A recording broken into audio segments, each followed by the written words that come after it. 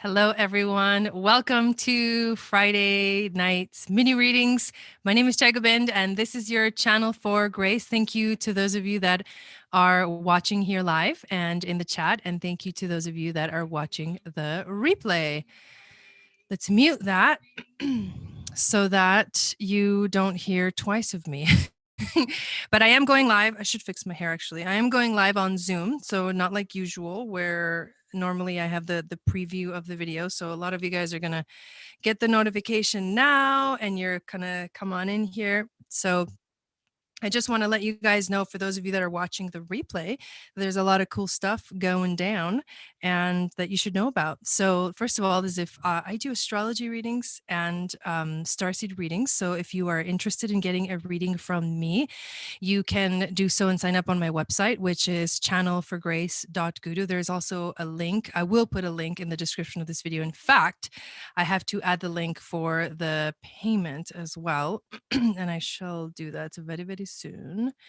Let me actually open this up as well so I can see if anybody's in the chat. Hello, Kim. How's it going? So that's one thing if you're interested in readings. Another one is I just came out with a book called Stargates, which is an astrological calendar of intergalactic portals. And it's available now on my Etsy shop. And what it is I created a tool basically for star seeds to be able to work with the energies that are coming up. So work with the transits, specifically with the sun and the moon, because both of these transits, my eyes are doing this really crazy thing. Can you guys see it? both of these energies, the sun and the moon, the two luminaries, are basically the two aspects of our soul and our emotions. So the deepest part of who we are happens with the sun and the moon. And when they illuminate, because they shine a light on stuff, they go over these fixed stars when they're just regularly traveling through their transits in the sky. Hey, Wendy, they actually show us or tell us this is important to look at. This is important to see. And that's what the book reveals, is those specific points that are related to starseed markings.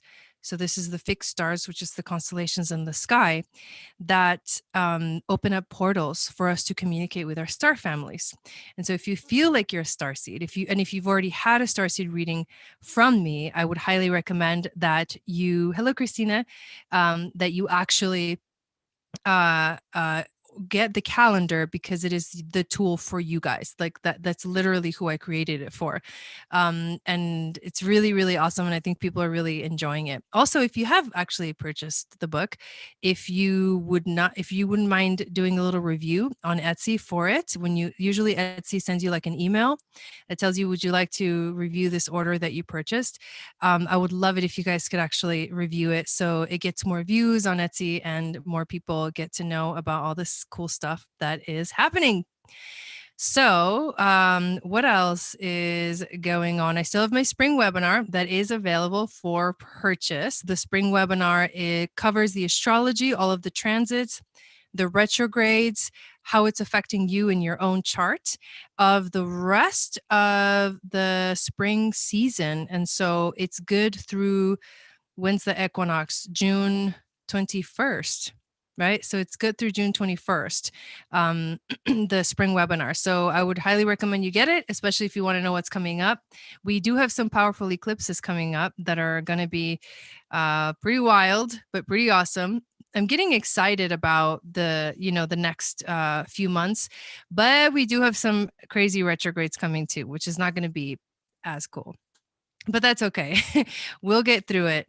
Definitely get through it. Hello, Valerie. Welcome in. Thank you guys for joining. So what we're doing tonight is mini readings. I think that's everything that I wanted to let you guys know about. Yeah, I think so.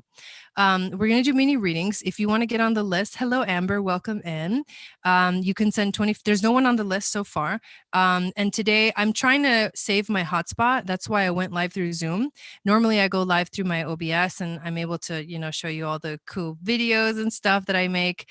But I want to save my hotspot for this weekend because, hello, Nelvin, welcome in. This weekend is the new moon, you guys. Did you know that this weekend is the new moon? We are in a dark moon right now. So maybe you're feeling a little bit kind of heavy. I can actually check exactly what the moon is doing right now in this moment. Moon is at 27 degrees of Pisces. Yep. Excuse me. So the moon, hey Steph, the moon is at 27 degrees of Pisces, and the dark moon in Pisces is a little bit gnarly. I'm not gonna lie. Today I had to take my dog to the vet. She's had this growth growing on her foot, basically her right back foot, and it's been kind of growing and growing and growing, and I've been like, it's not bothering her, so we don't have to worry about it. Well, like it started bothering her, oh, thank you. In the last, I would say, month or so, she started kind of scratching it. It's getting pretty big, and you totally felt it. And so yesterday and this last week really is when it actually started bleeding. So it kind of like popped. I know this is like maybe a little gnarly for you guys, but anyways, I just want to tell you because of the energies of the dark moon. However, yeah, so yesterday the bleeding got pretty bad, and so it was like, okay, there's no more ignoring this. And so I took her in today, and so she's actually going to have surgery on Monday to remove it. And it is a tumor, but we don't know if it's like cancerous or benign or whatever.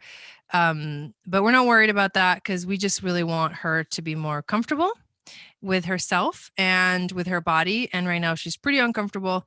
So yeah, that's kind of what's been going on in my life, which is very intense. It does make it a little bit challenging to like do everything that I have to do, but at the same time, it's like I really do feel like the universe doesn't really ever give us more than we can handle. That is something that I have been learning. I've actually started watching the videos for the class for level 2 of QHHT. You guys, if you guys follow me, you know that like last week I finished level 1. This week I'm starting to watch the videos for level 2, and it is just phenomenal. And I just feel so like it's such a powerful tool. And I literally, oh, thank you, Kim. I will. I literally can't wait to be able to do these sessions like officially, for people, because I feel like, wow, there's so much healing that can happen. Yes, I'm disappearing with this amazing technique. So that's what's happening for me. My North Node is in my second house of Pisces. Yeah. Okay. North Node Pisces. Amber says, I'm a Pisces and Pisces rising. My kiddo's Pisces and Pisces moon. Wow. Yeah, my niece has a Pisces moon. So I'm sure she's really tapped in. I mean, she's really tapped in, but it's just the combination of the Pisces moon with dark moon that makes it like really intense. Thank you, Teria. I will totally send love to my baby. She's sleeping right now. She was like, she wanted to go for a walk. And I was like, are you sure you got the energy? She was like, yes, I want to go now. And so we went. And so she ate, and now she's like passed out in the yard, which is so cool that we have this yard to be able for her to be able to just chill. She's like laying in the plants, like in the plants. It's so cute. Maybe I can show you guys. Let's see if I can show you guys a picture on my phone. Valerie says, my husband has pneumonia with pleurisy all week. Am I saying that? I'm not saying that right. Started to feel better this afternoon. I'm exhausted. Oh man. Sorry to hear that, Valerie. So here's Gaia in the plants. She is so cute. She's just a little baby. Oh my God. There goes my mama voice. So, anyways, she's in the plants and she is totally relaxing and totally chilling. And that's what's up. So, yeah, she's super cute. Okay. So, what I'm going to do is I'm going to pull out my little paper because I think somebody just got on the list so we can start doing these readings. And if you're interested, oh, I should put up the let me find. Let's see if I can grab that. Hang on one second. I'm going to try to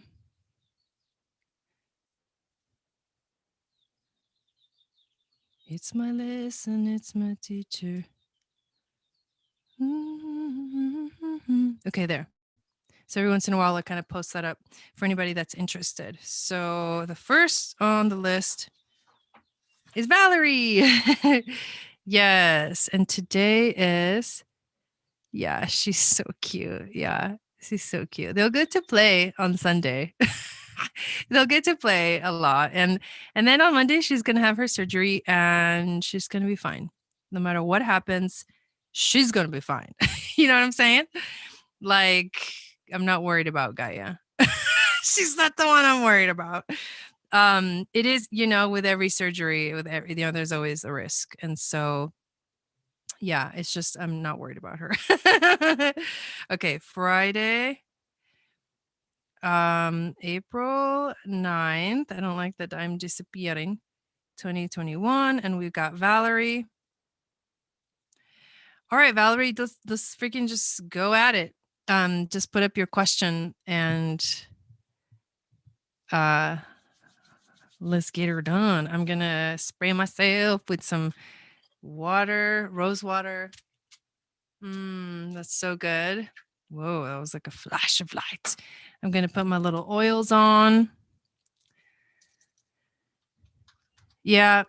No, that's the thing. It's like, you know, there's always a risk with everything. And, you know, she's an old dog and she's getting up there. And, you know, whenever, especially now, like that we've been studying QHHT, it's like those kind of things like tumors and cancer and things like that. When they start showing up in your body is because you're like, you want to leave.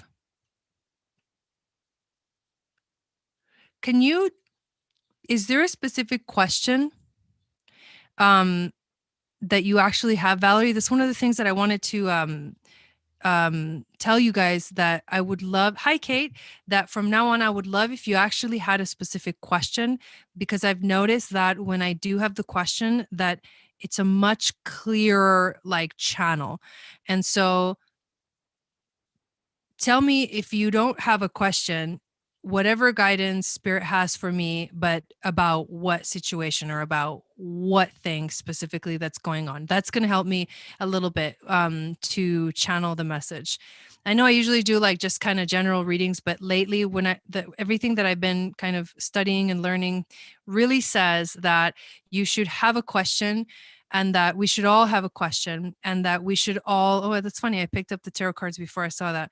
We should all have a question, but a very specific question about what we want to know, because spirit is like, oh my God. And the magician is on the bottom, just without even doing anything. So spirit is like the internet, right? It's like the World Wide Web. We're like, it's infinite amount of information, but you're not going to get anything coming at you unless you like type in your question. And it has to be like a specific question. So that's something that I'm going to start kind of implementing for the mini readings, but I hadn't said anything about it. But it's fascinating because it actually really does help, and it really does work. So we'll wait for Valerie to kind of put up her question. And we if you want to get on the list for tonight, you can send $25 to my PayPal, and I can do natal chart, transit, progress chart, compatibility, a tarot, or oracle. Yeah, isn't that cool? Yeah, I watched, or I heard someone give off that analogy, and I was like, oh my God, that makes so much sense. It's like the universe doesn't know what to tell you, because there's infinite, like, oh, do you want me to tell you that, or you want me to tell you that? So the more specific you can get about your question, the easier it is for me to channel the answer and for spirit to give you the answer. Okay, so reading about insight about my relationship with my sister Ellen. Thank you. Okay, so thank you, spirit guides, angels, teachers, for being here with us tonight. Thank you for clearing my energy and the energy of the cards, so that I can be that clear channel for the wisdom and the intuition and the messages to flow through. And we would like to ask a question about Valerie's relationship with her sister Ellen. What does Valerie need to know about her relationship with her sister Ellen? Thank you, thank you, thank you. All right, let's see what we get. What does Valerie need to know about her relationship with her sister, Ellen? And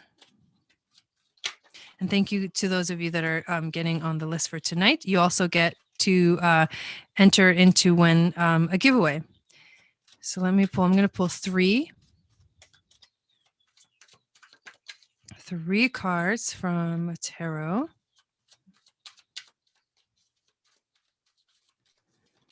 Whoa, that one like really flew out. Give me 1 second. I got to grab something here.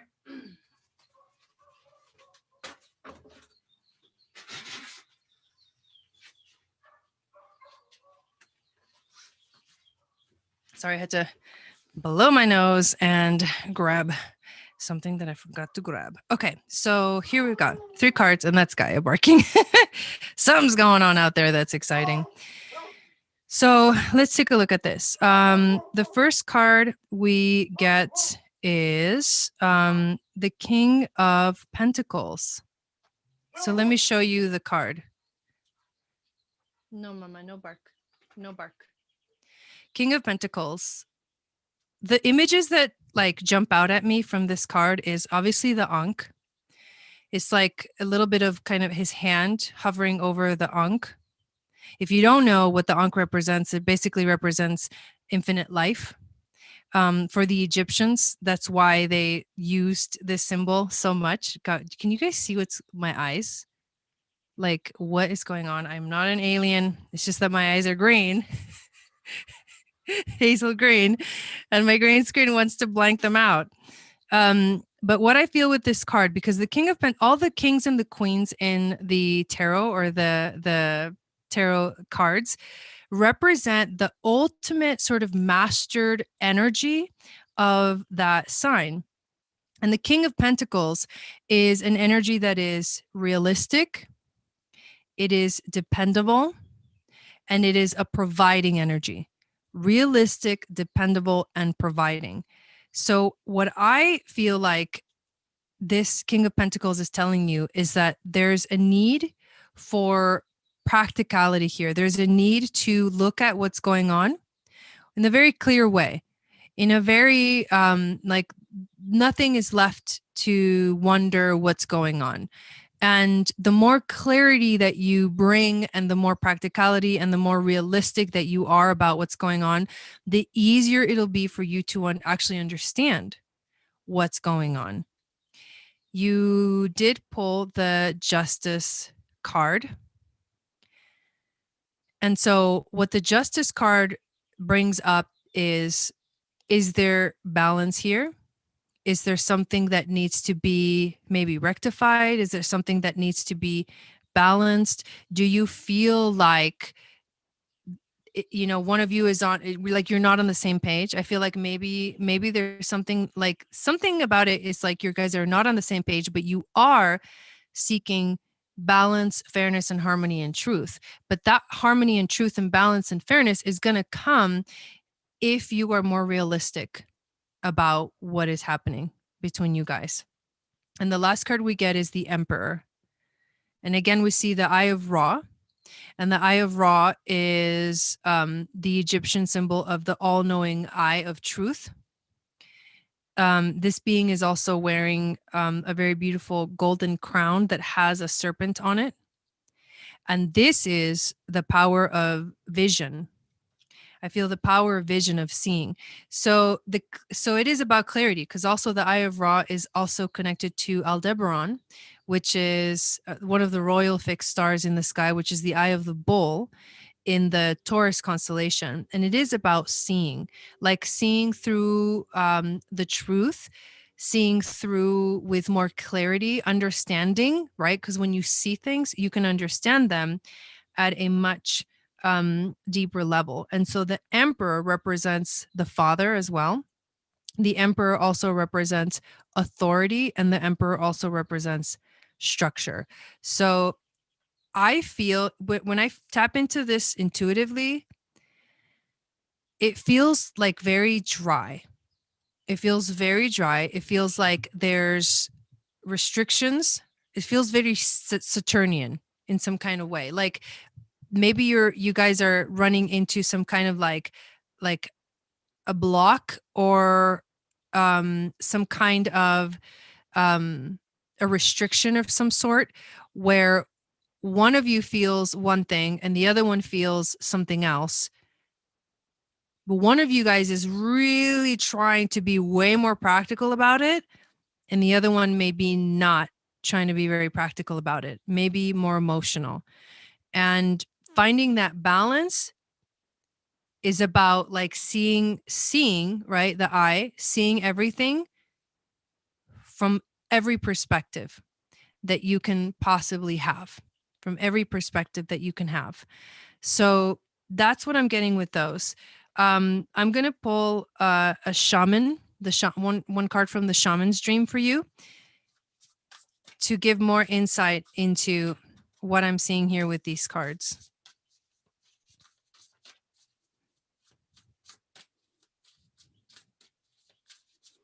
Yeah, it's like something needs to be righted, right? There's a wrong that needs to be righted or something like that. That's kind of the energy that I feel. Or maybe you are both you're dealing with something that's a little bit difficult to deal with. So the card you get is Will o' the Wisp. Will of the Wisp. Treasures hidden in the shadows. You can hardly see it because of my green screen. It's like a figure. It's like a face. No. Anyways, there's a face within that. So I'm going to read to you from what this actually means. But treasures hidden in the shadows, that is actually really cool. That is the perspective. So that what I'm getting is that something is either it feels too restricting because each of you are on one or the other side, or you're both on one side and something else that you're dealing with is the restriction.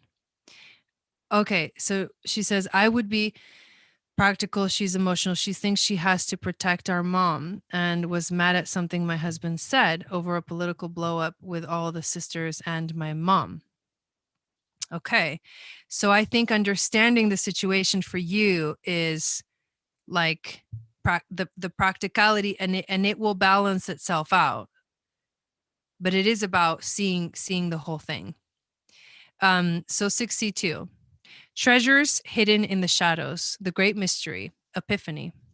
Will o' the Wisp hovers in her luminescent glory above the twilight moors of your life, whispering for you to step into the fog, into the mystery, into the unknown.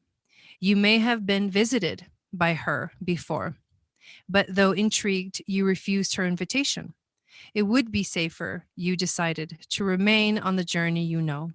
While you always have a choice as to whether to follow her or not, you never know when you might encounter her again. In this sense, turning away has its own consequences. Why is the known so appealing? It's only when you wake up to its restrictions, its soft prison, or golden cage that you realize there must be more. Will of the Wisp has come to you once again to offer you your magic, but you will have to sacrifice certainty in the pursuit of adventure, your comfort zone for the dangers of discovery, your well-trodden path for the detours that may very well lead you astray, or will they? Can you accept that losing yourself will bring you closer to your true self? The profound shift of an epiphany can occur only when you risk the detour and enter the unknown. Now is the time to trust higher forces to lead you into this place. These worlds hidden at the threshold between what was and what can be. Ooh. Here is where you will learn about your own unmaking to unmask yourself. Love what you discover, dark or light. There's the balance, right? Left, the justice card. See it all as divine and find a quiet, thrumming power waiting for you to channel it into the world for good. The treasure you find, filled with the wealth of love and kindness, true prosperity, is ripe to share with others. She is here for you now. Will you accept her invitation? A great bounty of goodness awaits you. So there you go, Valerie.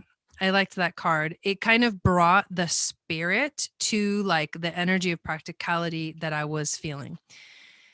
In a past life, we were sisters and she was up for adoption, and I stayed with my mom. I couldn't find her. I think that's where the protectiveness comes from. Wow. Wow.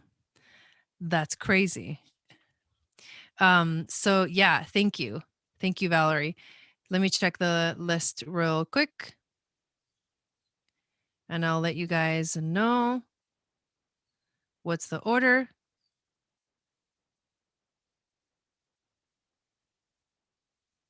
Perfect world, what is this?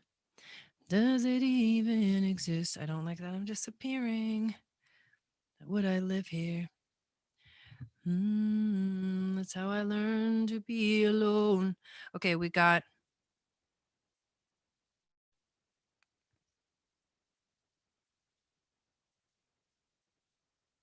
Oh, did you accidentally send a request?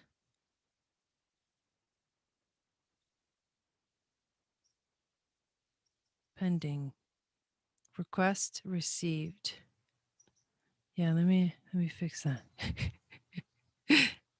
Sorry, I'm like looking into my PayPal, like, what's going on over here? Okay. So, but we got autumn. And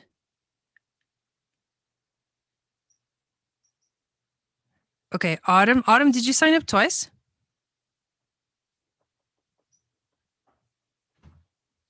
And then we got Katie. Katie Louise. And then autumn again. I'm sure it's maybe for somebody else. I haven't checked the chat yet, but let us... Yeah, you're welcome, Valerie. You're welcome. Okay, let's see who else is here. We got Lady Virgo. Welcome in. Rocks. Hello. Okay, Autumn says, when it goes through, I'd like a mini reading, please. Do you see me in a relationship with someone new or old? And what's the connection? Well, let's find out. Do you see me in a relationship with someone new or old? And what's the connection? New or old, and what's the connection? Okay. Let's find out. Thank you, Wendy. Someone new or old, and what's the connection?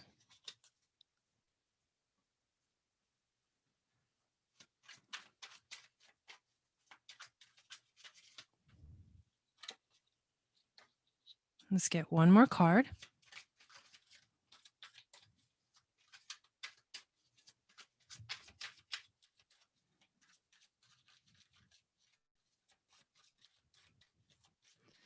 New or old, and what's the connection for autumn?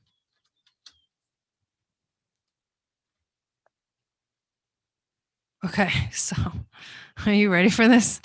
Okay. First card we get is the Six of Cups. So there you can see it a little bit better. So Six of Cups.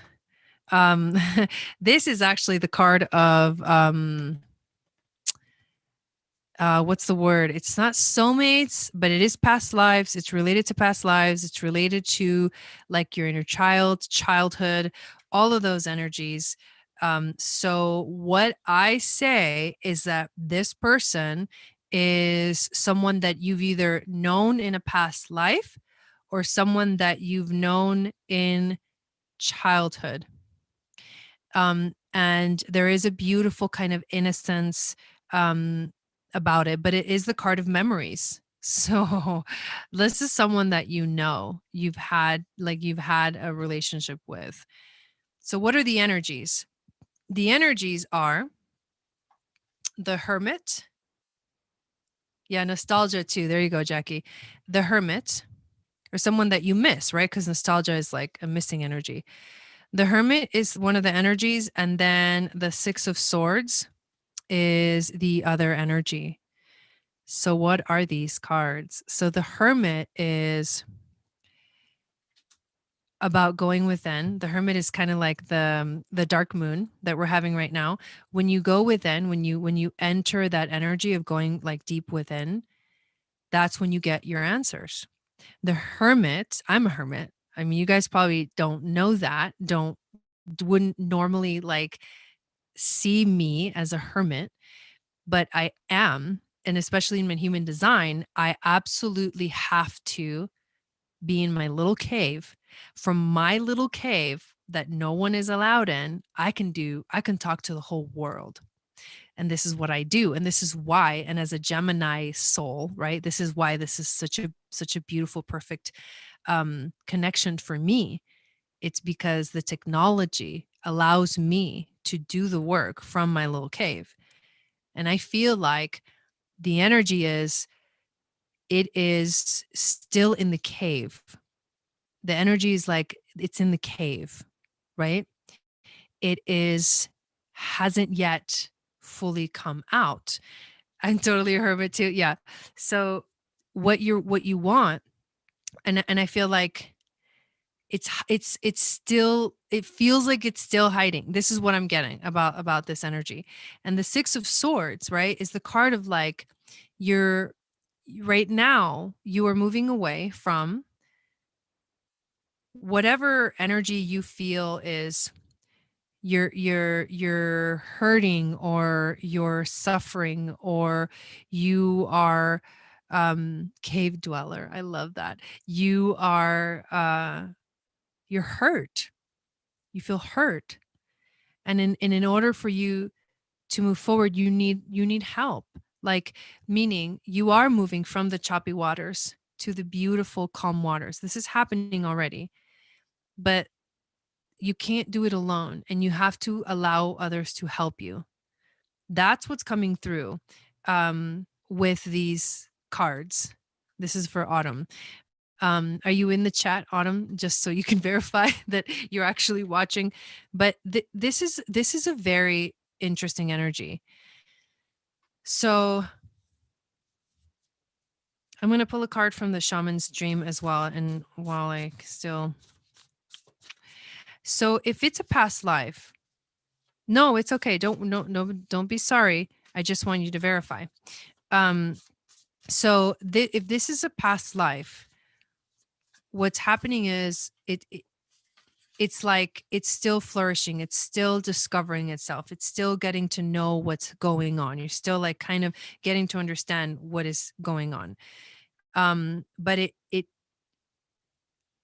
is also something that has to be released and let go for this. Yeah, that's fine. For this to really like wake up, I guess. Let's see this card. Lay of the Land, Ancestral Wisdom. This is a beautiful card. Do you see the excitement of the person? She's got her arms up, staring at the sun. I think it's the sun, but it could be a planet, but it is giving quite a lot of light. It looks like the moon actually. Anyway, she's opening herself up. I think it's the moon. She's opening herself up to fully feel and to fully experience and to fully like let it come. Let me have it. Let me have it. That's what I'm getting. That you're transitioning to the place of like, okay, let me open myself up to whatever it is that I need to understand in this moment. This is a deep reading. Past lessons, being well informed, and ancestral wisdom. There are times when you're meant to discover and explore new terrain in your life, even to be a part of a wave of change. This is one of those times, and what you're contemplating is perhaps new to you, but others have laid well-worn paths and left wisdom for you to rely and reflect upon. This is so you have a better understanding of the potentials and possible pitfalls on your journey. When you know the lay of the land, you are better able to fully experience what is being offered to you. This is a wonderful time to seek a mentor or good advice from an expert or an elder. That way, you will be able to meet life's opportunities and challenges well informed. Knowing you have a map, now you can be curious about what else is here. This is a path that promises success in all areas where others before you have dared to tread. You will discover the treasure they have left behind for you to make your own. So I'm sure that there's a lot there that hopefully resonated with you, but that was for you, Autumn. And thank you so much for getting on the list for tonight. So next is Katie. I only meant one. I thought the request was asking for money. Yeah, that's when you request money, it's like you request money. So I just canceled that one. That makes sense. Okay, good. Yeah, that was a really that I felt it. Like so I have a different like psychic abilities. I'm very clairvoyant. I see images really clearly. And I'm clairsentient.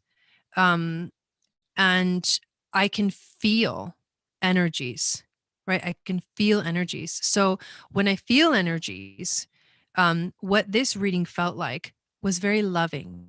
It felt like the universe is like telling you like you are loved, you are safe, you are protected. What I felt from Valerie's reading, so just to give you a little bit of a um uh um something to compare it to, Valerie's reading felt uh difficult. Like I felt not, it wasn't a difficult reading. It felt like there was blockages. It felt hard. It felt like there was restrictions, and that's the message that kind of kept coming through. It felt like closed off, like someone's closed off. And then she affirmed that, you know, she's having a difficult thing with her sister who's very emotional. And so I felt that energy. It's like there's frustration and it's closed off. So that contrast, thank you, Nelly. So that is what I can tell you how that felt. And your reading, Autumn, felt like it's beautiful, like it's loving, and it felt like a message from the universe saying like everything is going to be fine, and if you're going through difficult time, then just keep moving forward because everything will be fine. So that's what it felt like, right? I'm very like gut like psychic, like the wisdom just comes, like I feel it. So, and by the way, when I was talking, I was getting images. So just to get a little picture of like how I do. So Kate, here we go. Compatibility chart. Okay, let me grab my iPad and we can pull up your information over here. And let me just go ahead and share the screen now. Hopefully this will work just fine. Let's go like this. And so you guys can see what I'm doing and so you can stay entertained. Entertained as I move. Okay, so let me know when you guys can see the charts. I'm a feeler too, Jai. Yeah, exactly. Oh, thanks for that little whale, Willow-Rye. I love that. That's so cute. Okay. Yes, that's part of my life path to ask and receive help. Oh, well, there you go. That's the Six of Swords. You can't do it alone. Oh, Nelly, I miss you guys too. Okay, I'm going to pull up. Okay, compatibility chart for me. Okay, so we got Kate. Let's do a new natal chart. Kate, July 23rd. And the year is 83. And the time is 2:54 p.m. And that's in Salem. And that's in Oregon. Okay, so that's your chart. So let's pull yours up. And then let's put up a second chart and we will call this, oh, Patrick, there's a name. Yay! We will call this. So he's March. Can you tell me what question you have about this relationship? 82 at 3:15 p.m. And this is Columbus.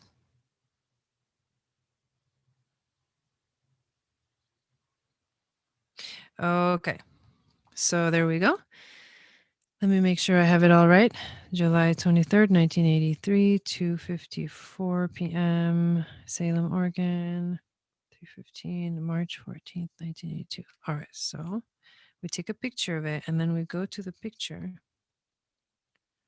Yes, there's a lot of stuff that I work on 24/7. So you're going to see a lot of charts there. So here now I can write on it. And so you can see what I got. I'm going to forward because I don't see the chat. Okay, you guys see it. Yes, the list is open. Thank you so much. Thank you, Wendy.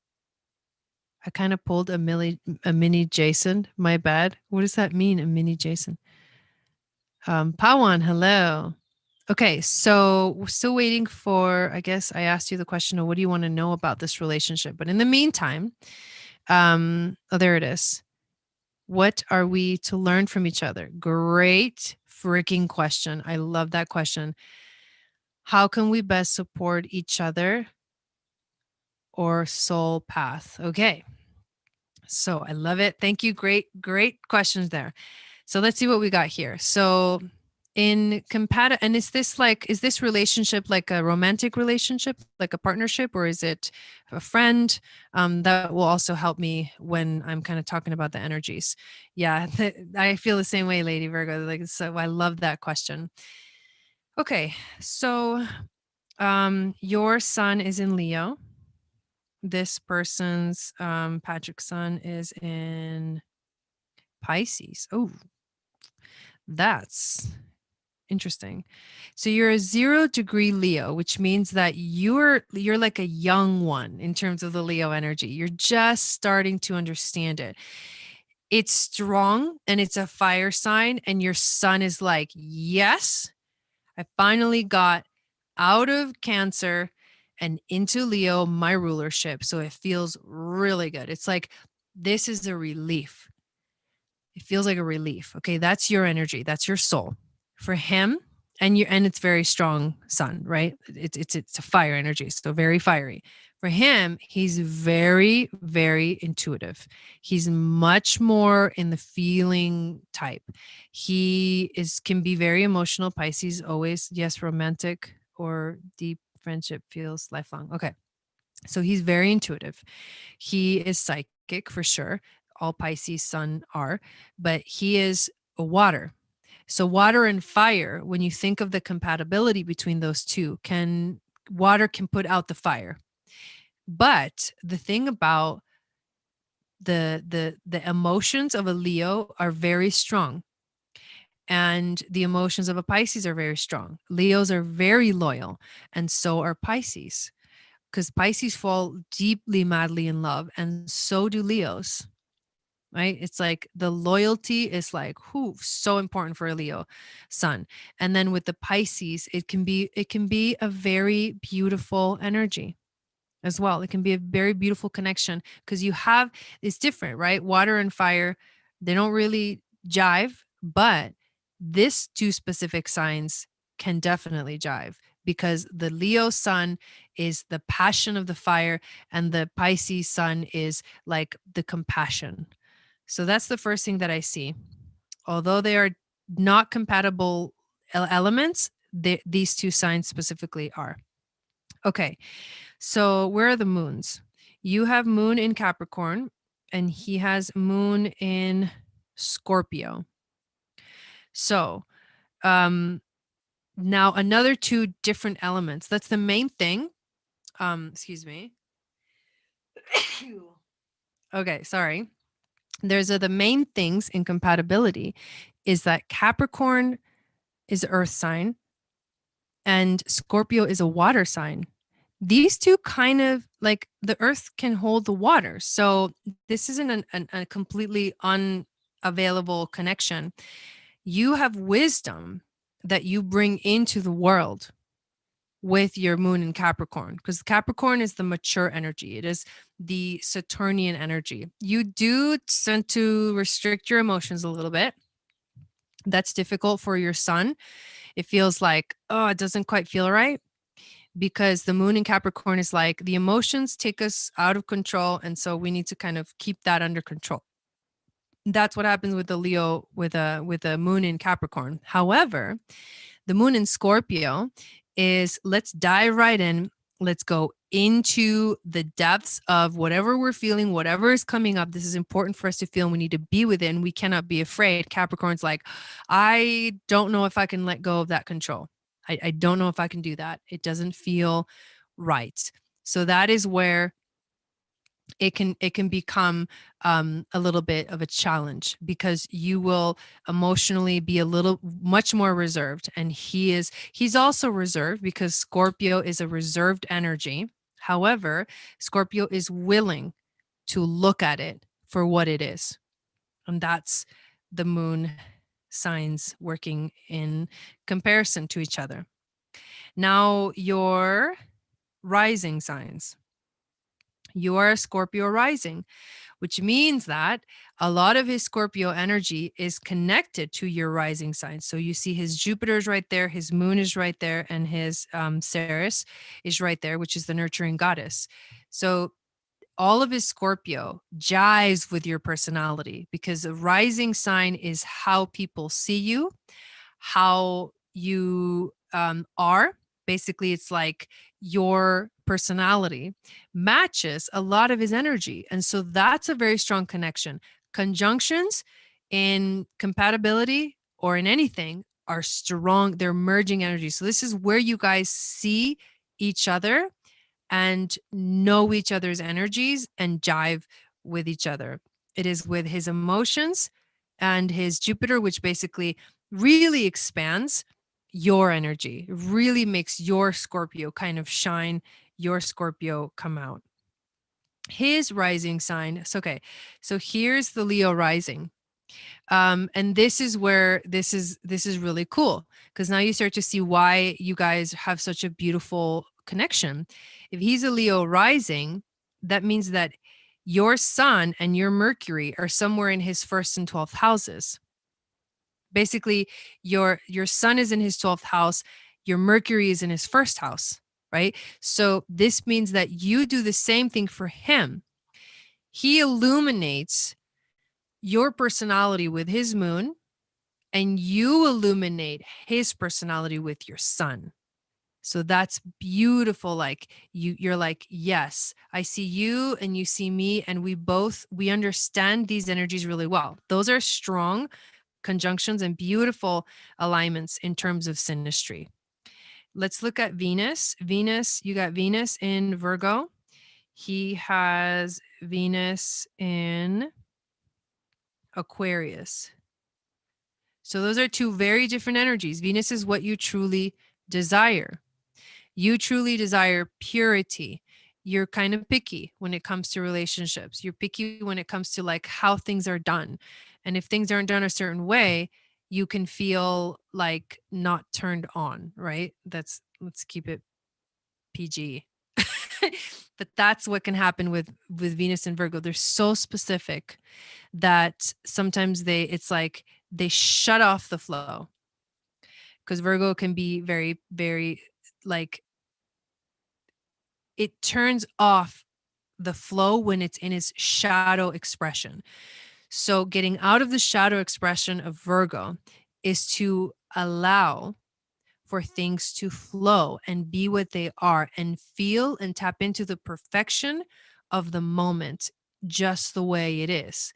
Because Virgo is all about being right here, right now, present. Being present is the light expression of Virgo. So when you're in that space, you invite the beauty of God to basically show up in relationships for you and in what you truly desire. Aquarius is a completely different energy when it comes to what you truly desire. He is much more aloof. He's much more like carefree in terms of what he truly desires and relationship. He is like, I'm cool with whatever. So he's probably willing to do what you want because he's like, I'm cool with it. Like you can be you, that's cool. Like you do you and I'll do me and we're good, right? But you need to be able to allow him to be him too, right? You have to find that, find like release the need to be in control of it. Release the need to be, for it to be a certain way. And it's like the beauty will just open up because Aquarius can allow for it to be whatever it needs to be. And that's where the quantum healing happens, in the Aquarius energy. Yep, my optical energy, my critical energy gets in the way. Yes. So that's the what to can be a challenge in relationships in general. Venus in Virgo can always be a difficult thing, and that has to be, you have to become aware, because you won't, unless you be, if you don't become aware of it, what's going to happen is you keep thinking the other person is wrong, but you don't see what you're doing. Well, I just totally disappeared. You don't see what you're doing to create the frustration, right? There, I'm back. or maybe.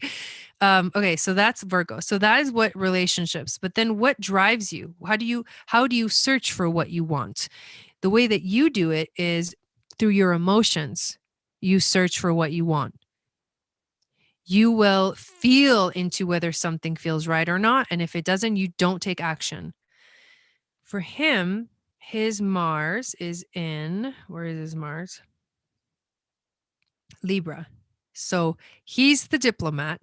He's the one that's going to make sure that we've heard from everyone, right? He's going to listen to you because that's what he knows how to do. And he knows how to do it very well. He has a lot of Libra in his chart. He has Pluto in Libra, Saturn in Libra, Pallas Athena in Libra, and Mars in Libra. And this is a diplomatic and a listening ear, especially the Pluto. You have Pluto and Saturn there too. Okay. Wow.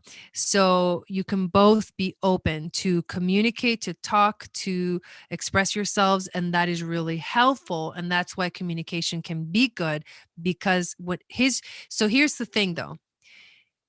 Mars in Cancer and Mars in Libra are both positions of Cancer that both positions of Mars. Sorry, my words. Use your words. Both positions of Mars that Mars doesn't like to be in, like at all. Mars is exalted in Capricorn. So in Cancer, that means that he is in fall position. Mars is dignified in Aries, which means that in Libra, he's in detriment. So you have Mars in fall position. He has Mars in detriment. So the problem is that in your regular life, it's hard for you to take action in anything unless it feels good. And that slows Mars down, and Mars hates that. Doesn't have time to check how it feels, and he wants to just do it, right? Yes, he listens well, like an old, compassionate soul. Yes. And the Mars in Libra, the problem that Mars in Libra has is it can't make up its mind.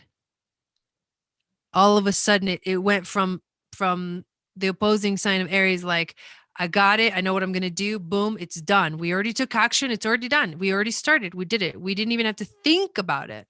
But Libra is like, oh, not sure. Let's think about this. Let's also think about that. But what about this? And what about that? And what if and we have to, and then they never decide. And that can be infuriating, right? So that's the interesting thing that in both of you have. So maybe what you're learning with each other, having both Mars in difficult positions, is how do we, help each other take action? How do we help each other learn how to take action? And is there something opposing this point in each other's chart that can help? Yes, your moon and your Pallas Athena are opposing his Cancer. So you help him balance that energy out. Although it is an opposition, the oppositions are to bring balance. You have Aries in the 5th house. And so you're much more aware of your ability to create and manifest things, and you do it instantly. And when he sees you do that, he's like, wow, that's really cool. Maybe I should try just going with whatever comes first, right? Just go with my gut instinct instead of thinking, trying to make up my mind. Maybe I should try just going with my gut instinct next time. And so that's another way that you guys are kind of helping each other. And in terms of the nodes, you have North Node Gemini, South Node Sag. He's got North Node Cancer, South Node Capricorn. So your life is to share and communicate the wisdom that you brought forth from your past lives and to live in the world right here, right now. You can't think about what's outside of you. You have to think about right here, right now. He is here to trust his heart and learn how to trust his heart. And then you're helping him do that because your Mars has a conjunction here.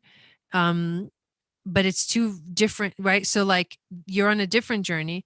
He went through his nodal return in 2020 and you're going through your nodal return right now. Or you've been through it. So you have to remember that whatever is going on in the relationship, your focus is to share what you've brought from past lives, your wisdom, and bring it here to the now. And his focus is to also bring through wisdom from more like the wise master, the wise soul, and feel into his heart space. Now that's on an esoteric level. On a more practical level, you're here because you've had many, many experiences and you've explored many, many things, and you've been sort of out there in the beyond. And now you're here to have experiences right here with the people that are in front of you in your life. He has had, like, career has been a big focus of him in the past. And now he's here to focus more on home and family. There is a connection here that is your moon that conjuncts his south node. So this can be interesting. It can be a good energy because like your divine feminine energy aligns with his like past. This could be like, this is definitely a past life connection. When the sun or the moon have nodal alignments, this is past life stuff. So you guys have definitely either have had past lives together here or on other planets. I haven't really focused on the starseed markings, but this is definitely past life connection. So you kind of show him, you illuminate his gifts that he came into this world with, but he needs to remember that like he needs to move towards his north node. And then for you, let's see if there's anything else connected. His black moon Lilith is conjunct your south node. So that can be like, he's like a little rebel and he may pull you away from your purpose, because he might be like, no, let's go do this, let's go explore that, let's go do this. But you're done with the whole exploring thing. You're much more exploring within the realm of the mind, the knowledge that comes through the mind. So I think that's what I want to say about that. So thank you, Katie, so much for getting that reading. I'm going to check the list to see what else we got going on. So we've got Melissa next. We've got Wendy after that. And then we've got Jackie after that. All right.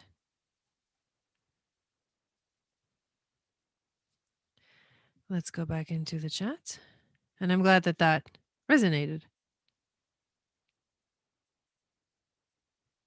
I didn't talk about your Mercury. Okay, so Mercury in Leo and Mercury in Pisces. For you, Mercury in Leo, while we wait for Melissa's question. So you're much more fiery. You're much more expressive. You're welcome. Much more expressive, and he's much more intuitive with his thinking. So he's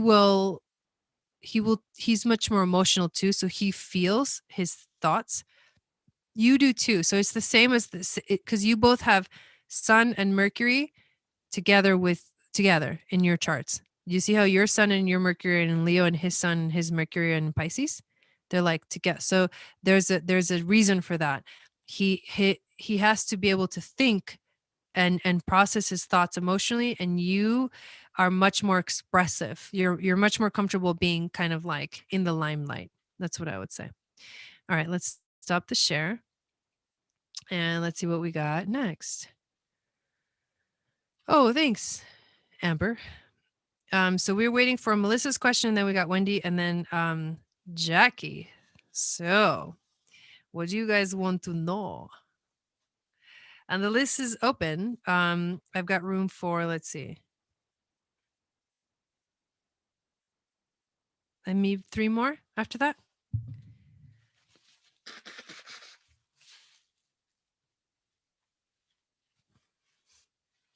Okay. All right, transit reading. So, what I was saying in the beginning, I'll say it again because maybe just for everybody in general, but I do want to you to ask a question. I know there's something that you're seeking, and the universe and your spirit guides need to know what you want to know for the answer to come through. So as I pull your chart, and I guess let me share the screen again, I want you to think of an actual question that you want to ask about what's happening right now. Just take a moment and see what you want to ask, because I know that I've done like a lot of general readings, but I want to move away from that to make sure that we are tapping into some. Yes. Hey, Guru, tapping in. I have the sniffles a lot. To tap into the you have to ask the question to get the answer. Otherwise, it's kind of all over the place. But with the transit reading, is I will tell you also what's going on. But if there is something that you want to ask, I would highly encourage you to ask it. So let me pull up the chart, and I will look at the new moon and what that is. Where is that happening in your chart and stuff like that?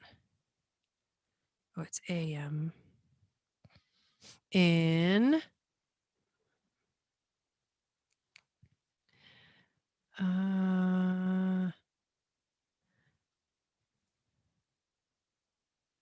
what's the location too of where you were born?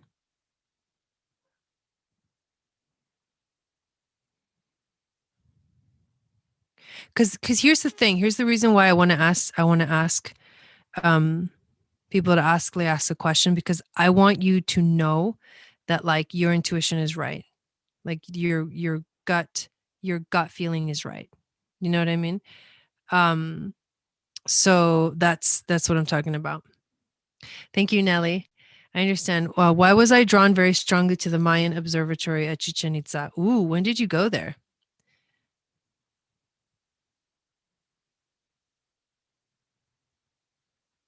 Dude, these questions. Whoa. I'm like, can you ask a question? And this epic thing comes out of people. That's epic. Okay, so let's see. Let me make sure I get it right. So 7579 9:36 a.m. in Houston, Texas. Okay. Let's actually add the transit of today.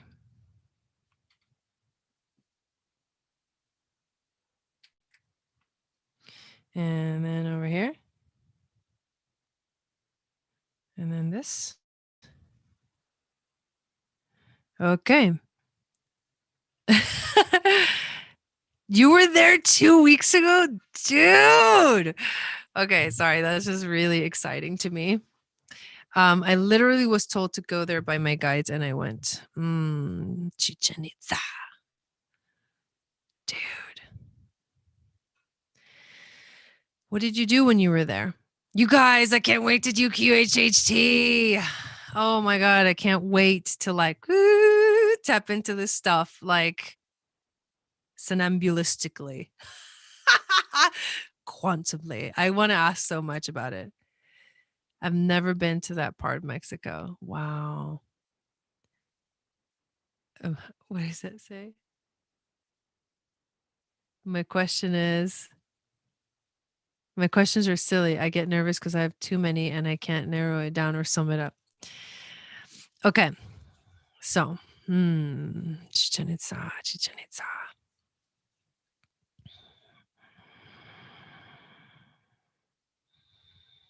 Have you gotten a starseed reading from me? I know. Doesn't that sound amazing? I took a Merkaba and meditated. I'm just getting into sacred geometry. Oh, that's God. I'm like, oh my God, this is so cool. I can't remember. Did I do a starseed reading for you?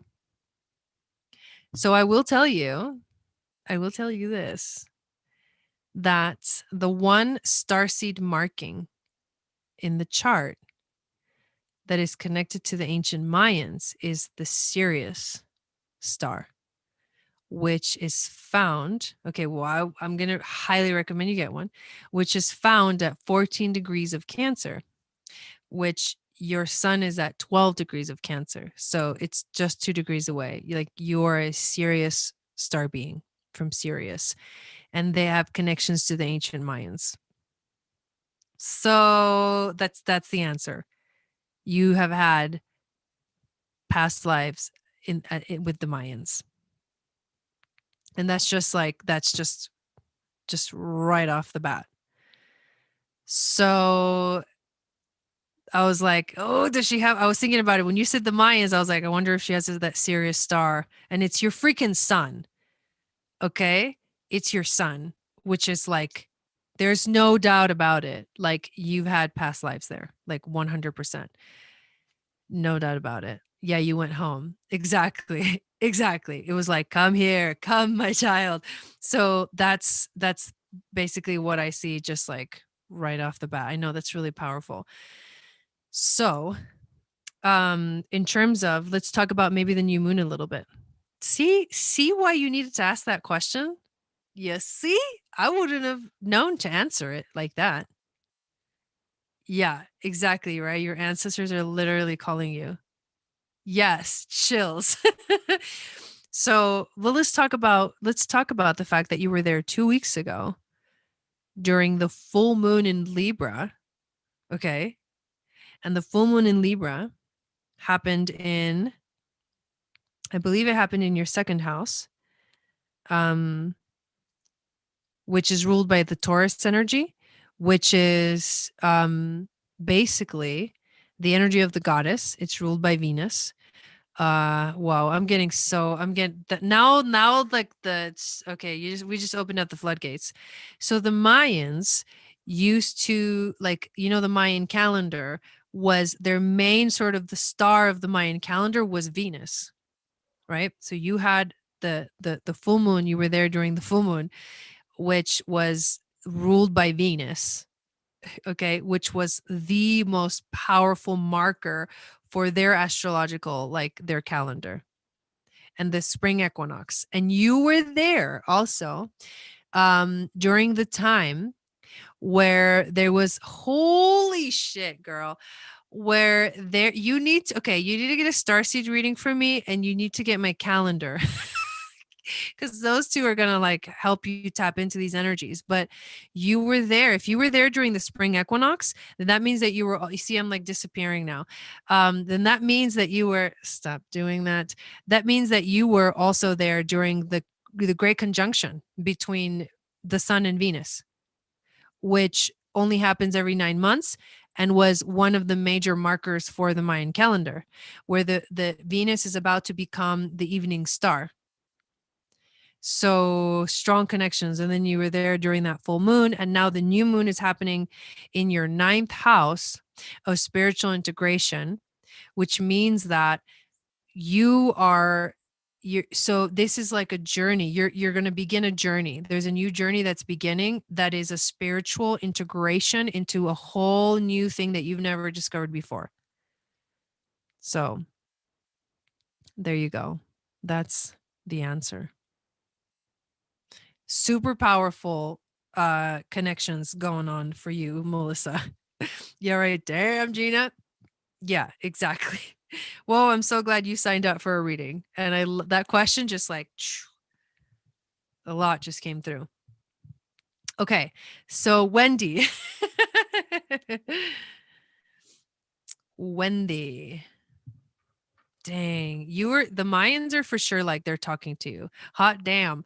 And what I was told that the Mayan observatory was calibrated to follow all of Venus's movements because of its sacredness. No. No. Get out. That's crazy. They're speaking to you, girl. Yeah, I know. I know. I can feel it too. I'm like, "Ooh," like that's kind of how it feels.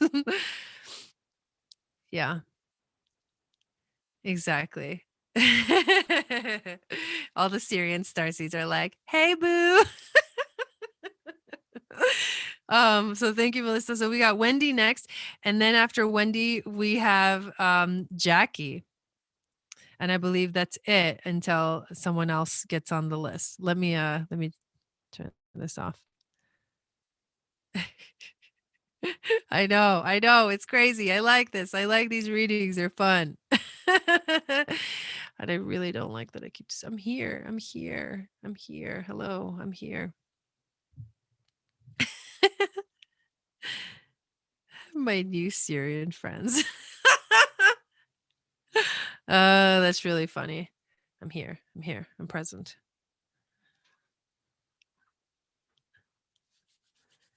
Yeah, that's what like the starseed readings are like my favorite to do.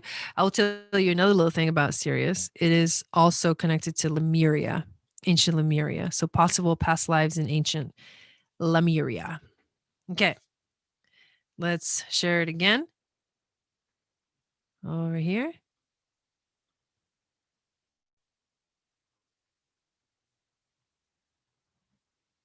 I'm going to close my door real quick because I'm hearing like some weird noise out there. Let's X that out.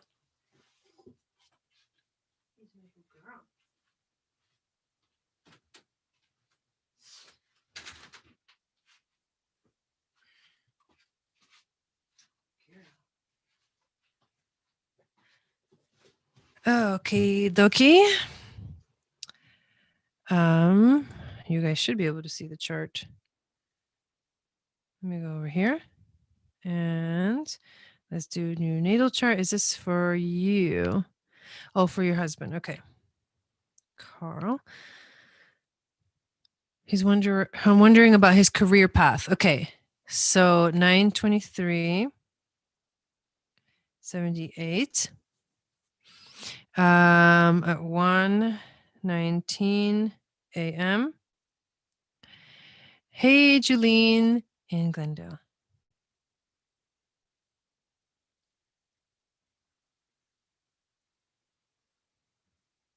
What on earth? Okay, September. Seriously, Jay?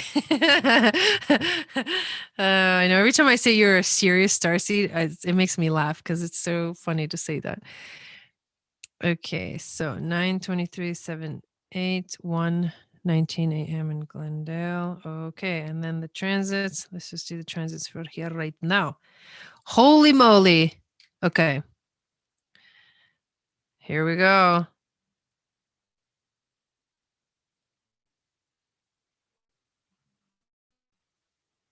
Okay. So let's check it out. Okay. Just had to check the chat real quick. All right. So for sure, is he watching? For sure, you are experiencing something right now that is very, very strong. And it has to do with your career.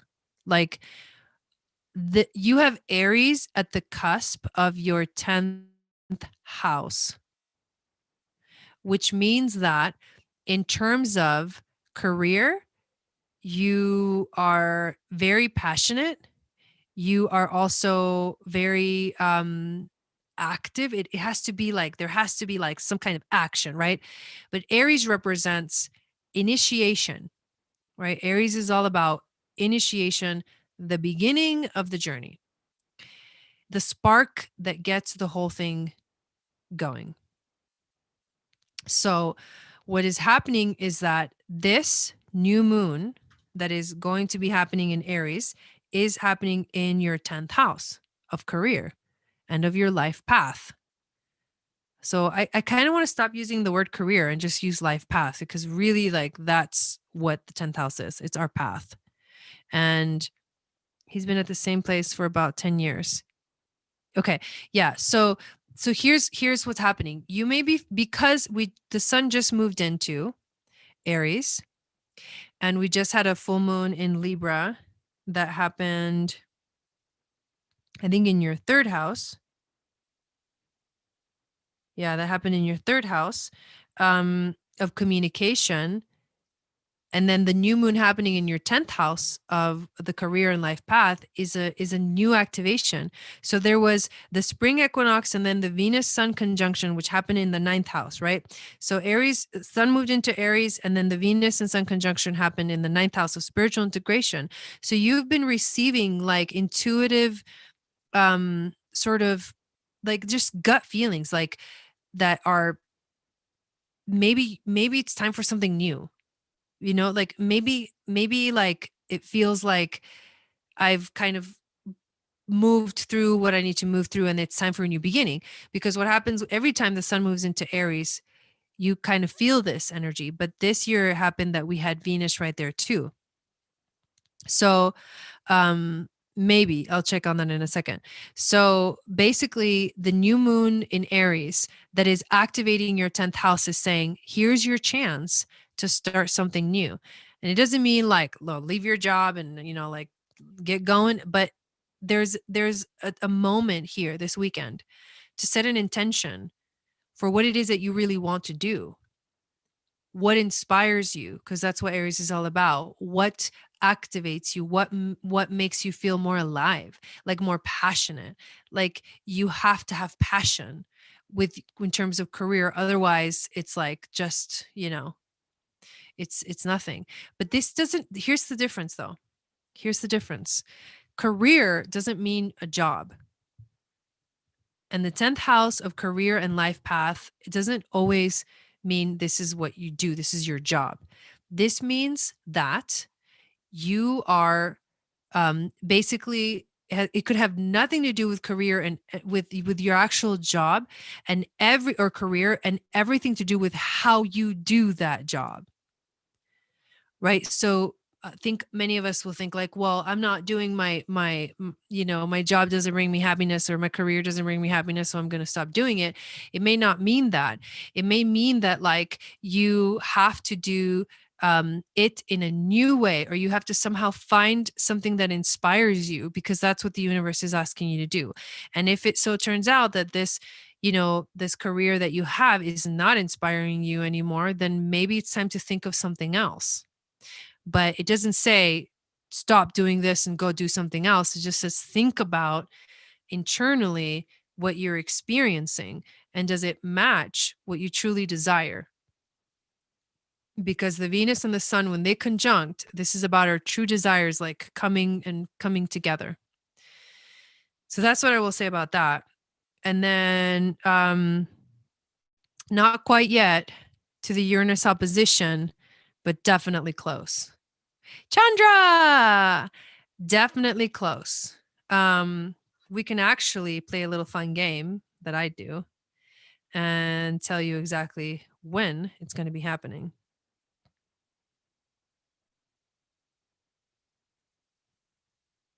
So you may be feeling that, that like kind of activation of like, okay, my Uranus opposition is getting kind of close. Something's happening. So the first hit, it's because I want to get the minutes too. July. Dude, that's pretty close. Okay, so you're feeling like, holy moly, something is happening here. There's something happening here. How does that song go? Okay, first hit in July. And look at the other thing is, look at this. Look at this. The Uranus opposition for him is happening in the 4th and the 10th house duality. which is home and career, or like home and life path. So holy moly. And Uranus shakes things up because it has to shake the foundation. So don't be surprised if something does change drastically, in terms of career, to shake the foundation. And it also going to affect like what's happening at home, of course, because these two are so very close related. So that's the first hit. The second hit, so Wendy can write this down. The second one is, oops, what was that? 7/50. Oh no, wait. October. So July, and then October. Yeah, we gotta ride this train. July, then October, and then the third hit.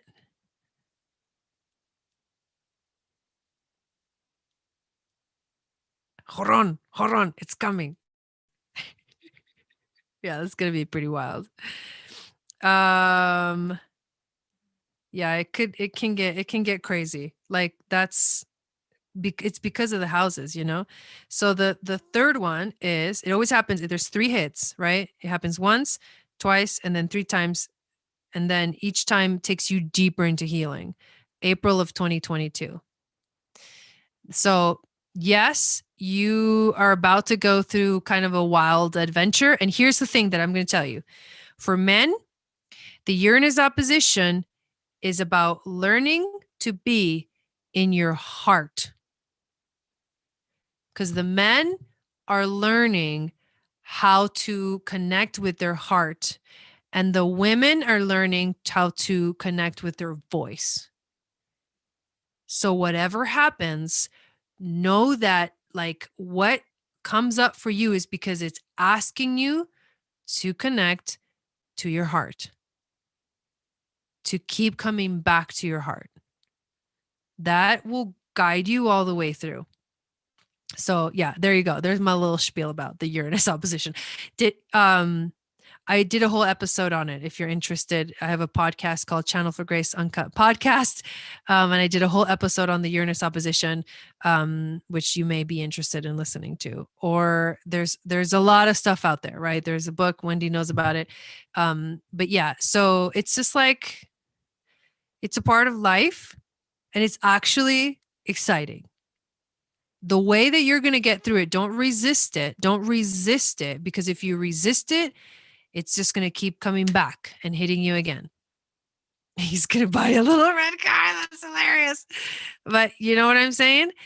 Like, you keep coming back to your heart. Don't go out there and like try to figure out, because it's not outside of you. That's the thing that you're going to have to realize. It's nothing. What you're looking for is outside of you, especially for the men. It is inside, because it's about connecting to the heart. Okay, there we go. That's Wendy's reading. All right, we've got Jackie next, and I think someone else got on the list, so I'm just going to go check real quick. So we'll wait for Jackie, and then we've got Julene. All right. Okay, good. Yeah, I figured you did. I figured you got. Yeah, no friction. Exactly, Guru. The friction will just like not feel good. Yes. Yay, I love that. I love that, Jackie. Okay. So, yeah, right. Oh, that's funny. You're welcome. You're welcome. As I'm like coming in and out of dimensions here with my green screen. And thank you, Wendy. Okay, I just missed a couple of messages here. He's been at the same. Yeah, I got that one. He gets downloads all the time. He has to, in order to keep up with me. That's hilarious. Right, Wendy, he needs to hear from another source. I know. That's how it works, right? I tried to keep it as real as I could. right? I'm usually like, oh, like the stars and the this and that. And I love that stuff. And I love that stuff. But I know that sometimes, like, especially men, they want the practical shit, the practical advice. So hopefully that helped. I don't know why. It intuitively was like, okay, I need to be practical about this because I'm talking to a guy. You know what I mean? But then you get those men every once in a while that are like super up, up for whatever. And super open to hearing it in that whole like wild kind of esoteric way that I love. Okay, compatibility reading for Jackie. Let's share the screen.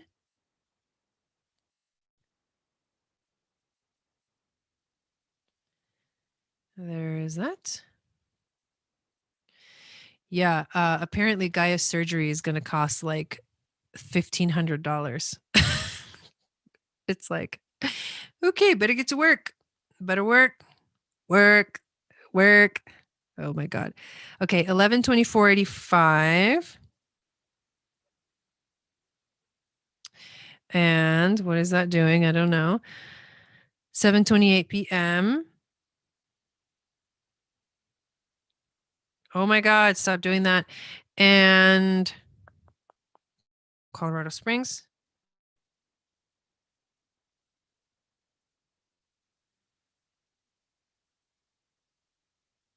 Okay, that's one chart.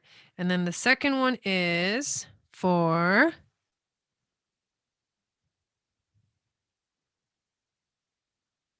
JC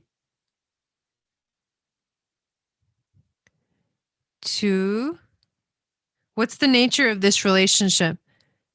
85. That helps me do the reading. Oh no, I'm doing that wrong. 2/21/82. Okay. And we've got 5:30 a.m. And if I get something wrong and you guys see me doing it wrong, tell me so I can fix it. And then Charlotte.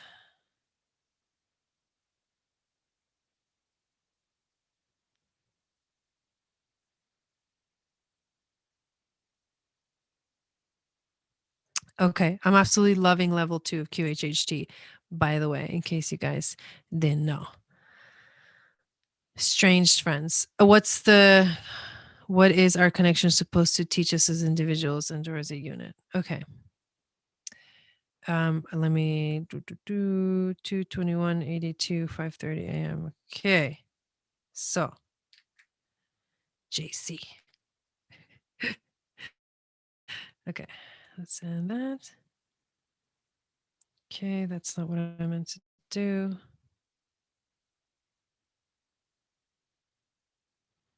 All right, where's my pen? Here it is. Yeah, the list is open. I'm nervous. They totally do. He's very straight fact. Okay, cool. Awesome. Angie says Pluto on the north node.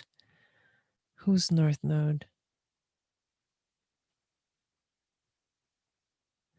Okay, so here we go.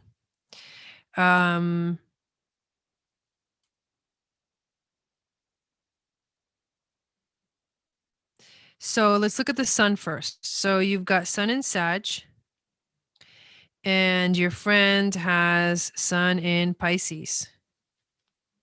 So it's 3 signs away. So this is a square. This is a square. Okay, so the one, like, dude, it's epic, Wendy. Level 2 is even better. Oh my God, I'm like sucked in. It's amazing. I'm like, wow, this stuff is just out of this world. So this is a square. Wow. It's an exact square. 2 degrees, 2 degrees. Capricorn, Aquarius, Pisces. 3 signs away is a square. So this is challenging. This is challenging, right? This is challenging for the relationship because you are at odds with each other. At a soul level, it almost feels like you don't quite understand each other. And sun square sun can be like Well, I know, like, I want to try, I want you to see what I see, but I can't because I'm over here. I can't, you know what I mean? Like, but you can't because you're over there, and a square is like that. It can feel like a challenging relationship. Okay. Especially with the sun squaring. That's the first thing. The second thing is you've got moon in, where's your moon at? You got moon north node. Okay. And he's got moon, um, Aquarius. Okay. So, 3 signs away: Pisces, Aries, Taurus. This is another square. It's not exact, but it's pretty close. So, now you've got suns squaring and moons squaring. So, right away, I can tell you this is a difficult relationship. Doesn't surprise me that you're like estranged, right? That you've like grown apart, because it almost feels like it there's just a lot that creates tension. You can learn a lot from each other for sure, but you have very differing ways of experiencing the world and of experiencing your emotions. And so this creates a lot of tension, right? You have, this is the sun, your sun is in a fire sign, his sun is in a water sign, right? And water can put out the fire. Your moon is in Taurus, so your moon is exalted, so your moon is strong, and then his moon is in Aquarius, which is a fixed energy. So this is basically, it means that you are very stable emotionally, and he can, he can be open-minded about stuff, but at the same time, you're both really stubborn. The fixed signs are pretty stubborn energies. Okay, so that's so far what we get. So far I would say this is a little bit already. It's okay. That's kind of a lot challenging. Let's look at the rising. So Cancer rising for you, and for him, Aquarius rising. Okay. His moon is in his first house, which means that he's all over the place. He like his identity changes. He can look different ways. He's very unique. He's almost like an alien, right? He can act like an alien and look very different. And you magnify that energy in him because your Jupiter is in Aquarius too, which means you're going through your Jupiter return, which is actually really cool. But this is like, okay, you like you magnify him. You ask him to be bigger. You ask his Aquarius energy to like shine brighter, so he's going to be like a total weirdo. in a way. So, hold on a second. Who's this Angie person? Is it disruptive? Jackie says unstoppable force meets an immovable object. Oh my god, that's hilarious. So is this like giving you some kind of like awareness? Is this some kind of like giving you some kind of like confirmation? Sorry, Angie, I didn't mean to, but like I'm trying to look at the comments and focus on Jackie's responses, and then there's a lot going on. So I just wanted to make sure that we're good. Okay. So let's focus on Jackie. So that's what I see. You expand his energy. You expand his personality and how he kind of projects himself out. Okay, it's confirmation. Okay, good. And so he can be himself around you, really. Aquarius really do need to be themselves. So he can be himself around you for sure.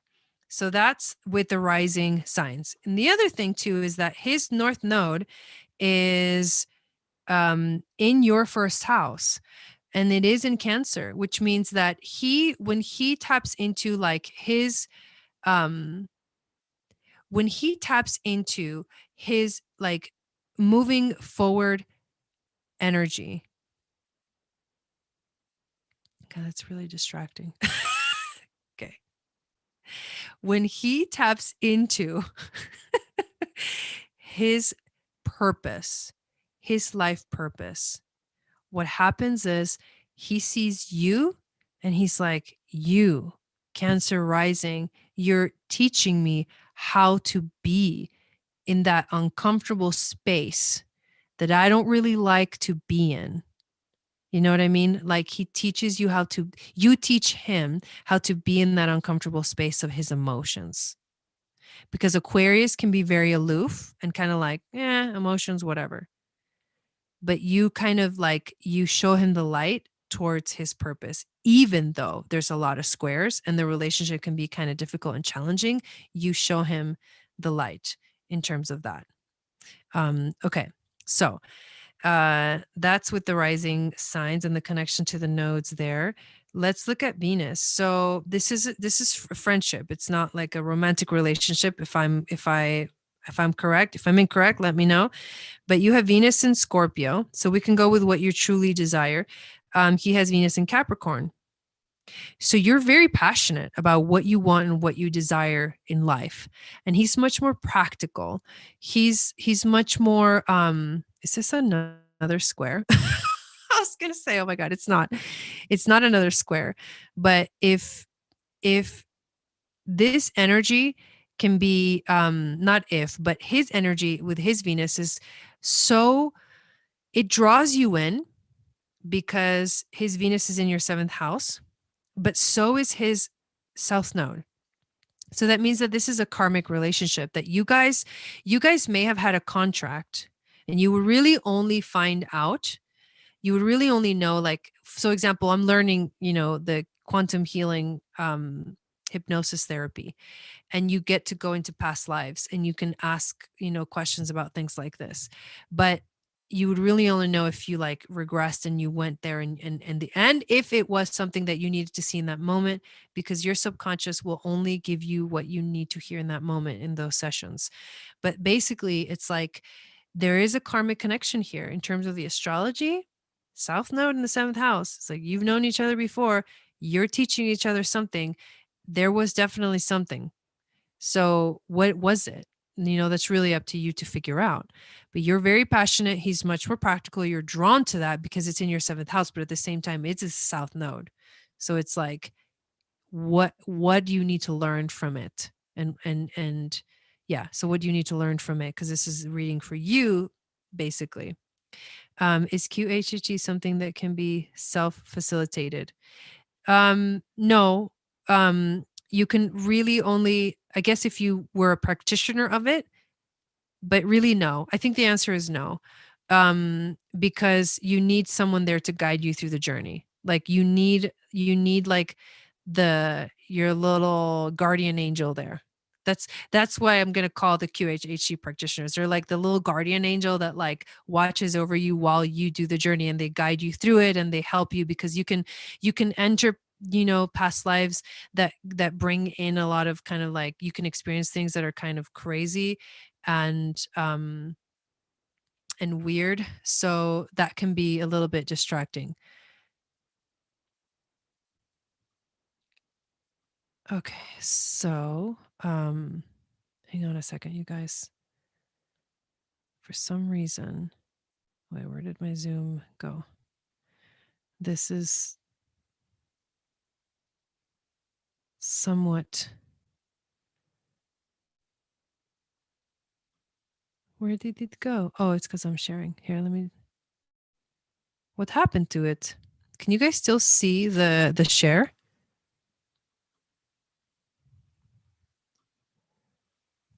Hang on, I gotta stop it for a second and bring it back, because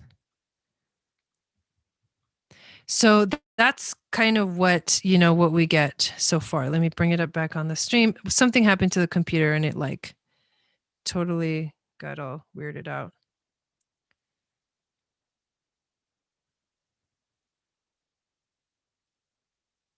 So distracting. Okay. Yeah, I couldn't see it for some reason, so I just like started it up again. So that's what we get. Like, so this is definitely like karmic. Something is like actually going on here, and is something you definitely had to learn something from it. So let's go to Mars. You have Mars in Libra. So I don't know if you were watching, but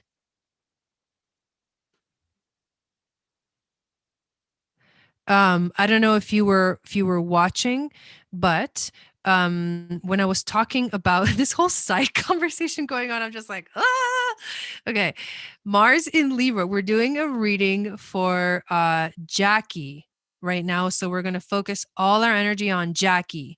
Okay, like, can everyone in the chat just help me focus on Jackie right now? Okay, so Mars in Libra is very much about having a hard time making up your mind, having a hard time making decisions. So this is something that is natural to you, and then for him as well. Okay, so that makes sense. It makes a lot of sense because you both have a difficulty, like basically making up your mind. Love you guys too. I don't know what's going on. Okay. Everyone chill out.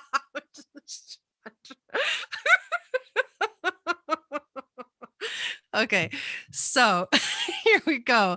I have to be able to look at the chat to see what Jackie says to me, guys. So basically Mars in Libra, and Mars in Libra is like, all right. So what I see is like you guys kind of like, it's limbo. It's way too much limbo.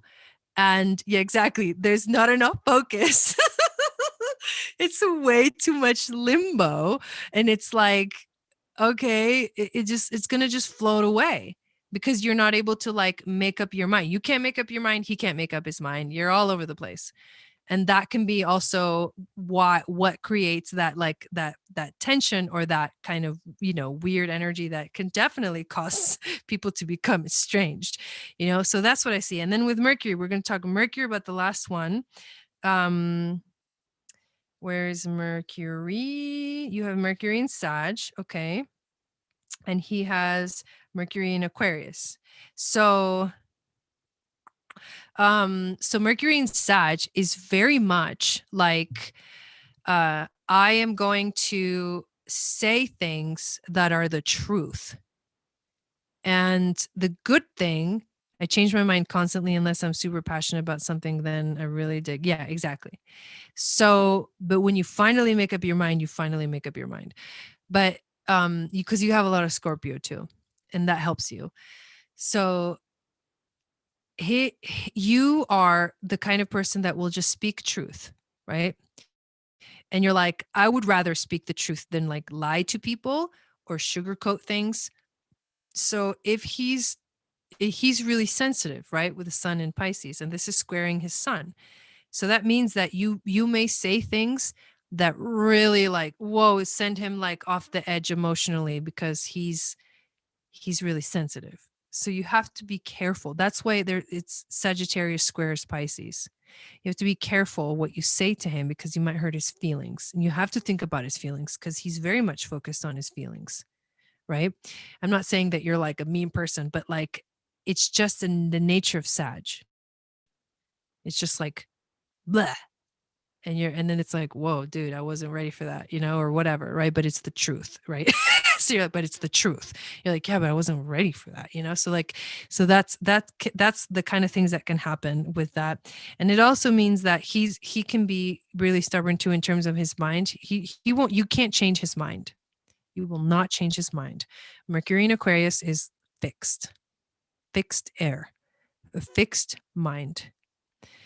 Yeah, exactly. So that's it. Okay. We're complete. Thank you guys. Holy moly. I don't know what was going on over there. That was wild. Okay. So that was Jackie. We got Julene and then Chandra. Chandra, are you getting 2 readings? Because I did see you sent double the pleasure, double the gum. What is it? Is that what I said? Okay. So double make gum. Stop disappearing. You're welcome. You're welcome. So Julene is next. And I think after Chandra, I think we're going to be done.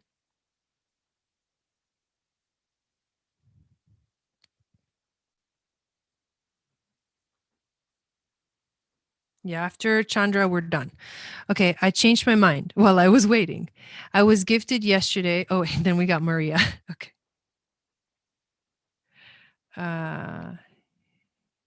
Okay, then after Maria, we're done.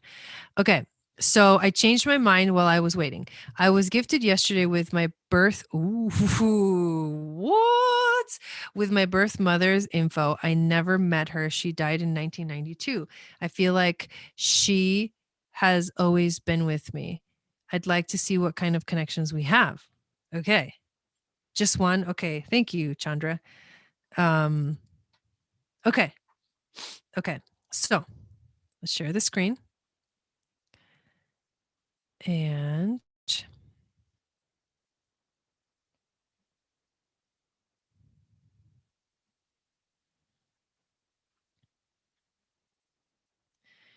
you can do it. So, Jeline was born in June. Is it? Oh, 4th.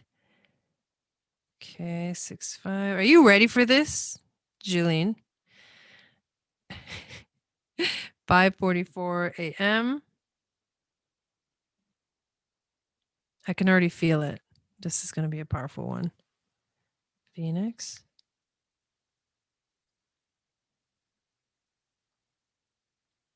Okay, June 4th, 65. 5:44 a.m. in Phoenix, Arizona. Okay, and then we're comparing it to Jane. Okay, Jane. Okay, Jane. 1740. Oh, we just learned something. Yes. We learned this little tool in QHHT that I'm just like, oh, this is, yes, we're going to use it right now. I think. Okay. 5, did I do 5:17? 5:17 a.m. and Bloomington.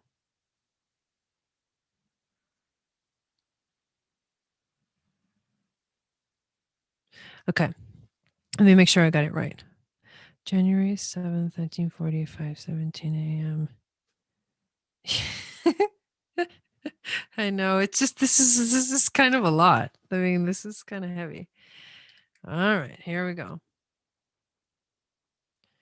So I love these, dude. The questions today are just epic. Okay, so here we go. Let me drink a little bit of water. I'm hoping for the best. Oh my God, Julene. Okay, so I'm learning QHHT. For those of you that live in Arizona, I need to practice. So let's set up a time to practice. Okay. Like, let's just do it. I'll either come over there, you can come over here, we'll figure it out. But yeah, I need to practice. So I know there's a lot of people that live here in Arizona that watch me that I like, that I know because I've been connected to, and I would love to practice on you. So I need to do 25 sessions, right? Just to practice. So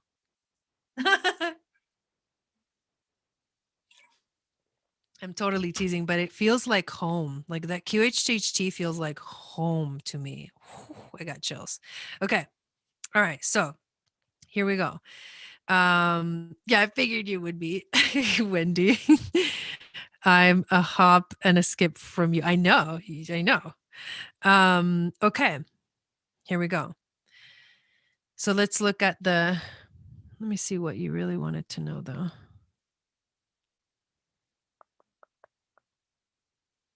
I feel like she's always been with me. Died in 1992. Okay, so just I guess let's see what comes through. This feels more like an intuitive.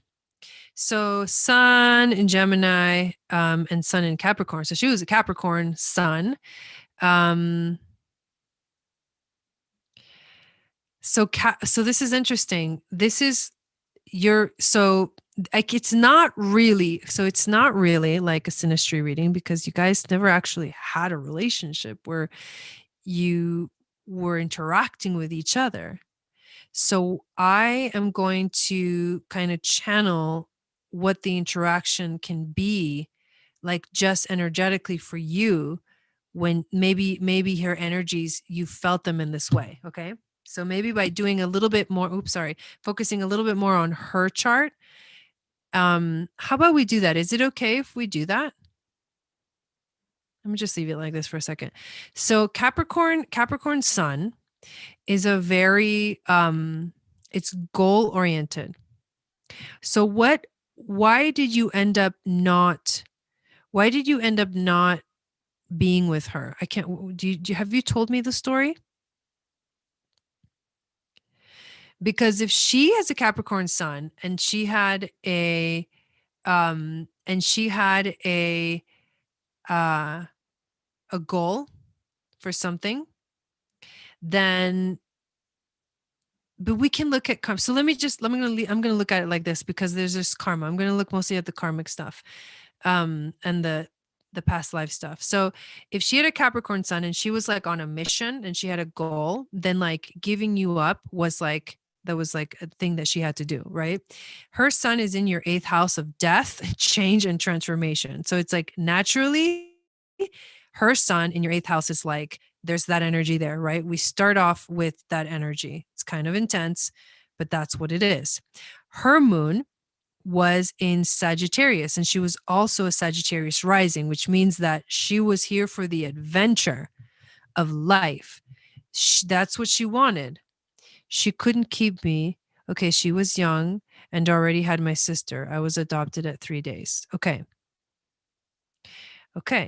So, but she was like an adventurer spirit. So she was really here to kind of live life and feel free. She really wanted to feel free. Her moon and her rising are right where your south node is. So this is kind of the first kind of karmic connection. And the moon represents the mother, right? So this is the mothering, nurturing energy.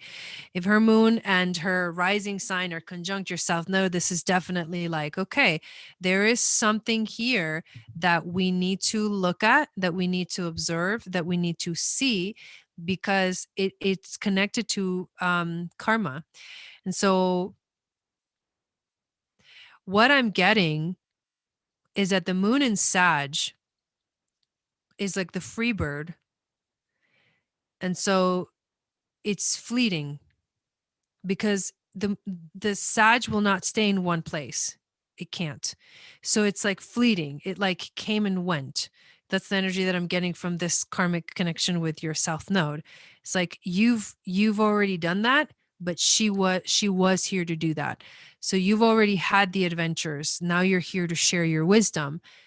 She may have been someone who you shared wisdom with, but in this lifetime, she was like the little free bird that needed to go and do her thing and live her life. And for you, was like there was a connection there, and then it was released, because that is the energy of freedom. That's what Sagittarius is.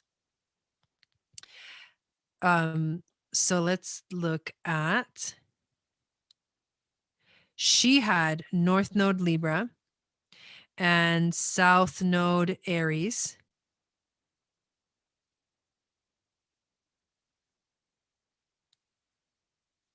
What's the connection with you?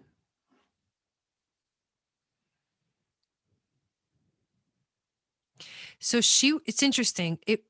I'm sure it's really interesting, but I'm sure that throughout her life, she had a difficult time with the fact that she had to like give you up. I'm sure she did, because her North Node is in Libra. And although she felt like she could do it all herself, she had to like let go and release and realize that she needed help and that she needed to collaborate with people. But I feel like later on in life, she probably needed that connection, and she felt like it was kind of missing. That because she's here to like learn to work with people. So that's kind of what I see. And then her North Node is in your 5th house of it's the house of children. It's also the house of passion and creativity.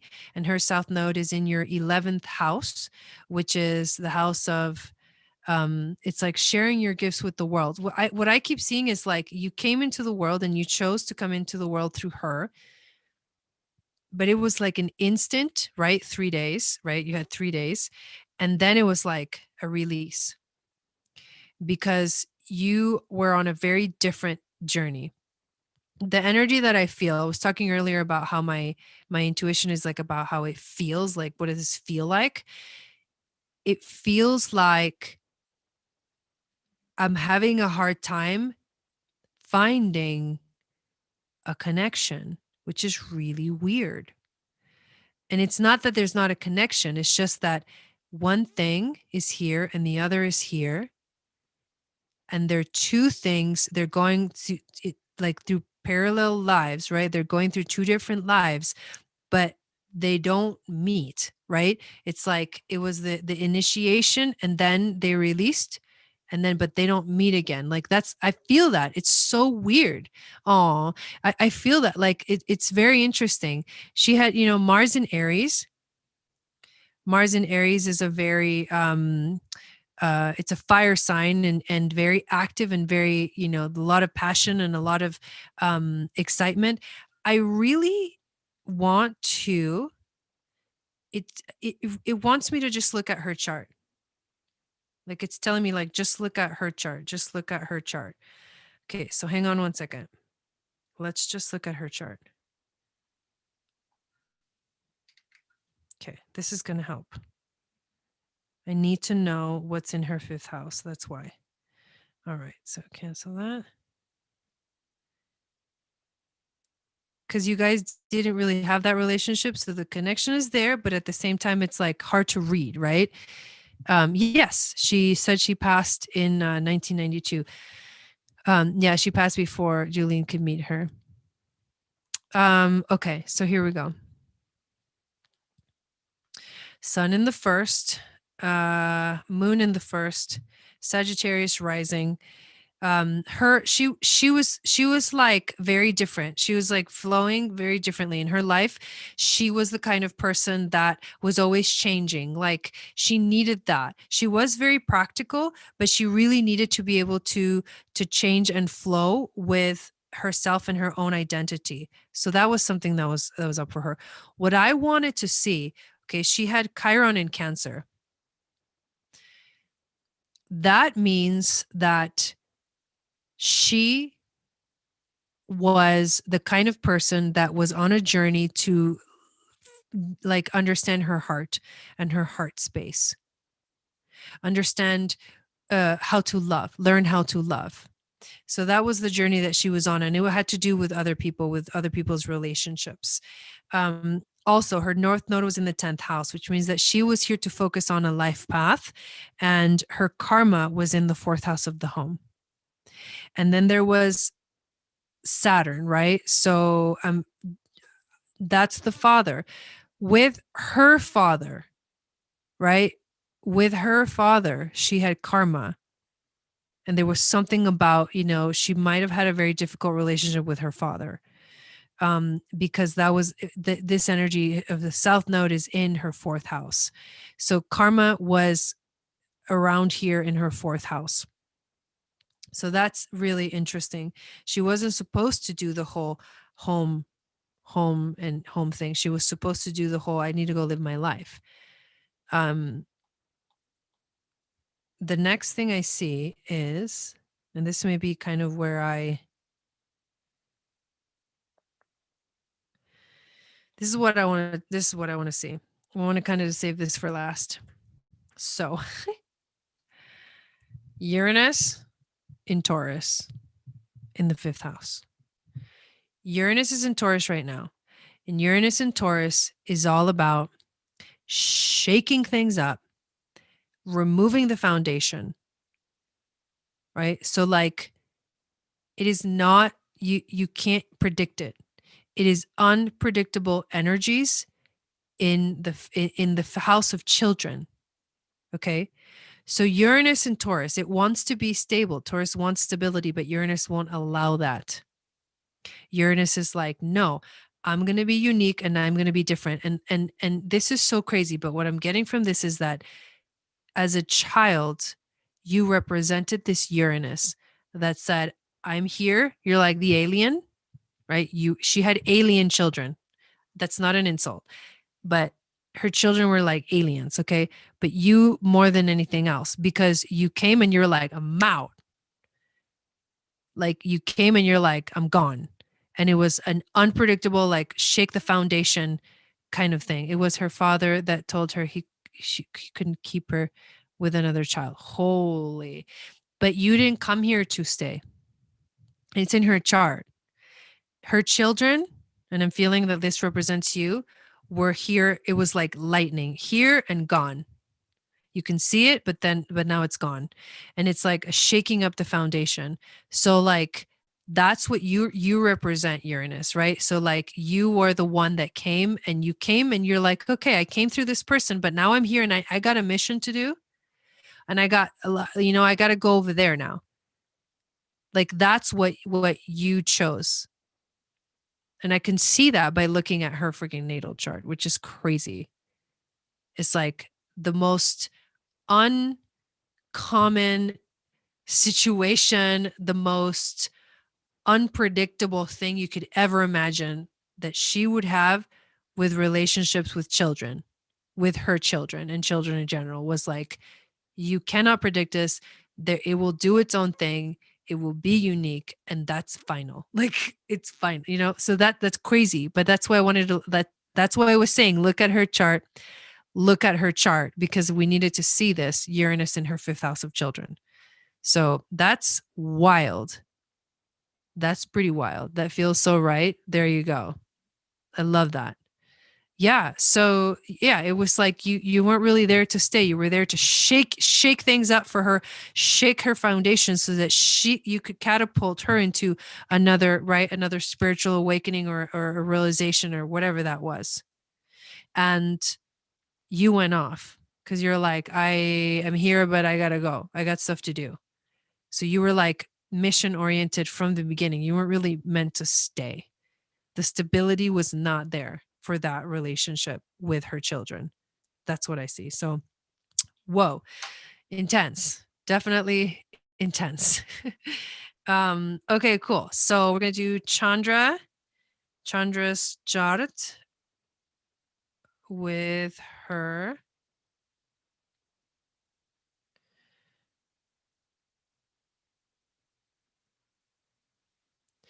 And you were born at, what was it again?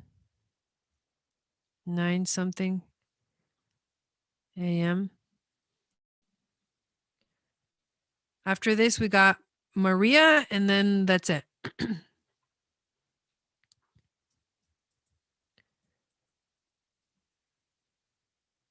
Okay. Okay. I'll do a reading for Julia.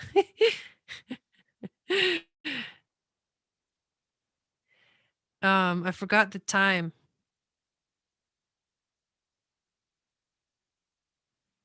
9:18 a.m.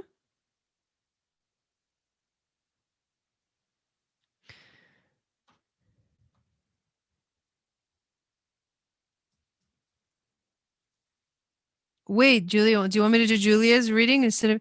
After that, she went back to Indiana and took my sister to Florida, where she knew no one and started her life. Bold move for a young girl from a small farm town. Yeah, you're welcome. Wow. I can tell you that was hard for her, but that was one of her lessons, was to feel that. Yes, I love that, Melissa. Yay, that's awesome.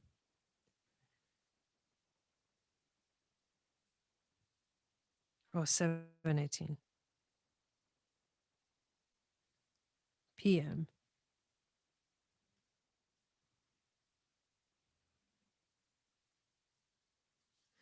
Okay. Wait, I didn't put that right. Hang on.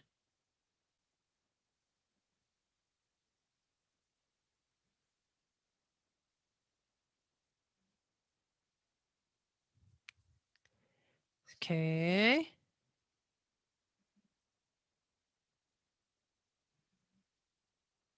I think I got it. I got it. I can do both. I can pull a card for Julia too. Okay, so there we go. Transit reading. So where's this moon going to be happening?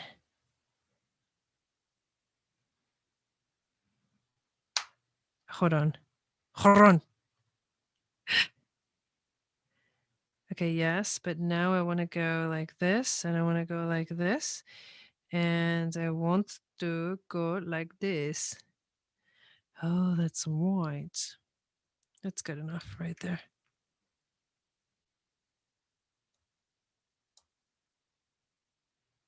Thank you guys for your patience. Okay. So here we go.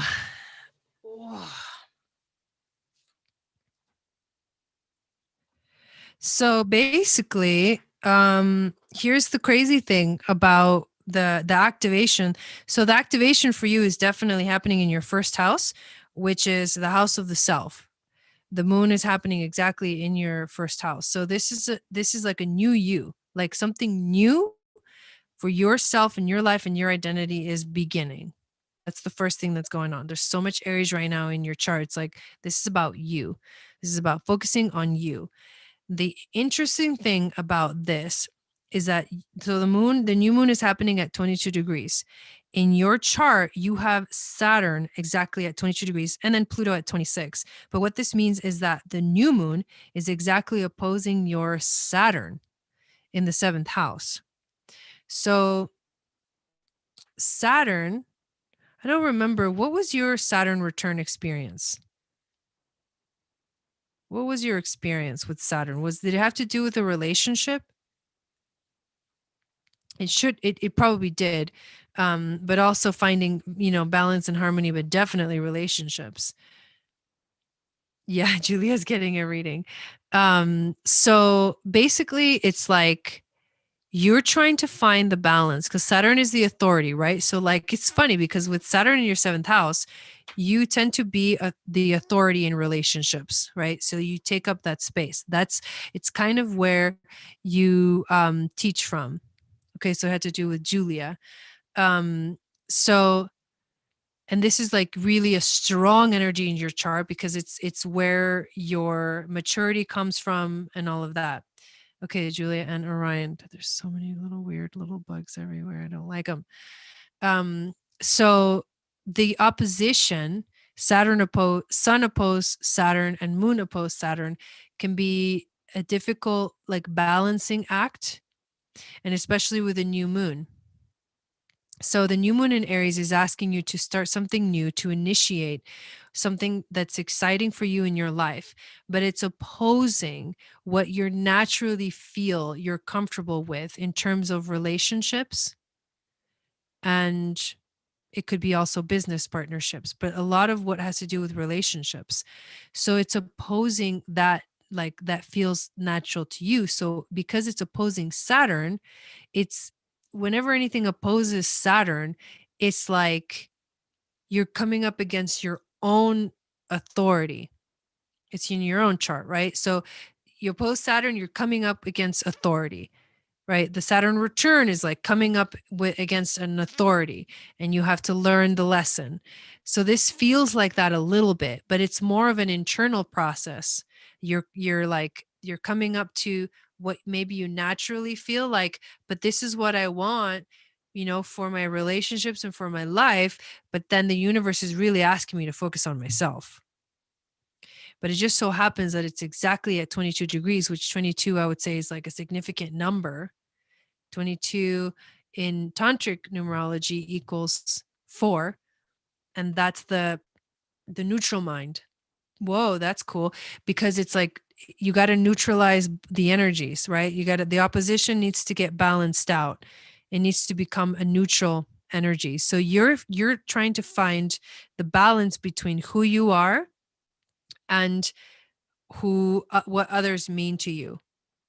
It's like that's what's changing. That's how it's affecting you. But it's asking you to focus so much more on you. Like you are the focus. The light is on you right now. So it's more of like, I feel like it's an internal process of letting go what you thought like relationships need to be, how things need to look in that way, the restrictions, the rules, all those things that you've set for yourself in terms of what that looks like. And literally like take the focus from that and put it on yourself, because when you focus on yourself, that will kind of fix itself out. The neutral mind is my destiny number. Okay, there you go. So there's something about balance and harmony, but you'll find the balance and the harmony by focusing on yourself. That's what I'm getting. Does that resonate? And Saturn's also on your moon, which can feel a little bit restricting. It's not exactly on your moon yet. It's a few degrees away, and Saturn does move pretty slow. But moon conjunct Saturn is restricting the emotions.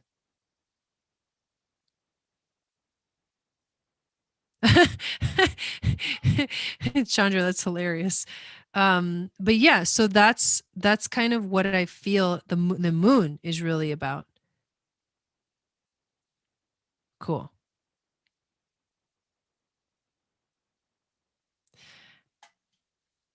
I don't think I've ever told you this because I've never really kind of looked at your chart, but the highest expression of your soul is your white moon Selena, which is in Gemini, which means the highest expression of your soul is for you to express yourself. It's in the 3rd house. And it is also being aspected by the North Node. So right now you're starting to allow that part of you to like come through, to let that part of you speak and say what it needs to say. This is like your higher self, right? Like white moon Selena can be like your higher self. And this is the highest expression of your soul. And you are here to share your wisdom by speaking about it and talking about it. And right now with the North Node there, it's like, whoa, it's really shining a light on it. So that's something else that's going on while everything else is happening. Okay, so that's what I got. So let's do, is Julia ready? And then we have Maria. Maria, you can get your question ready and then we will, I'll let you know once I'm done with Julia's reading, then you can put your question up. And these are the last 2 readings. And this is, let me know when Julia is watching.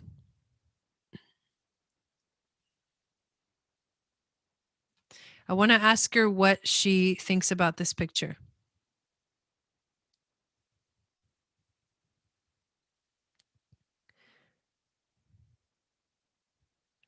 What does she think about this picture? That's my first question. And then I'm going to pull cards. Okay.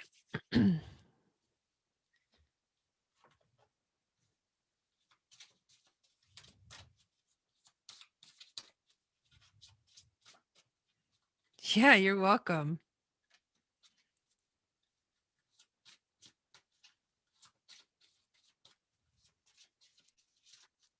Oh, you're welcome.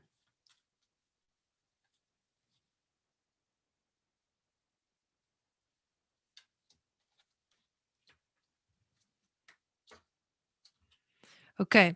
So the first card that you get is the coyote.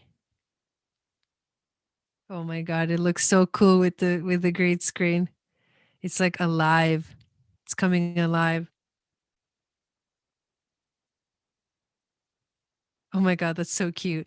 So the coyote is the first card that you get, Julia. And the coyote is known as the trickster, but it's also crazy wisdom. So you hold a lot of wisdom within you. That's the first message. The second message is the lizard. So here's the lizard.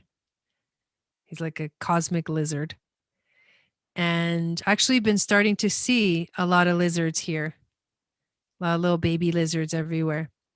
And this is about expecting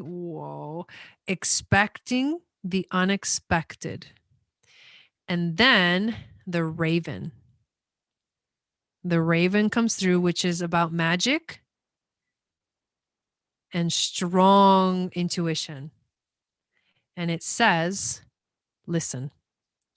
So crazy wisdom, expect the unexpected, and listen.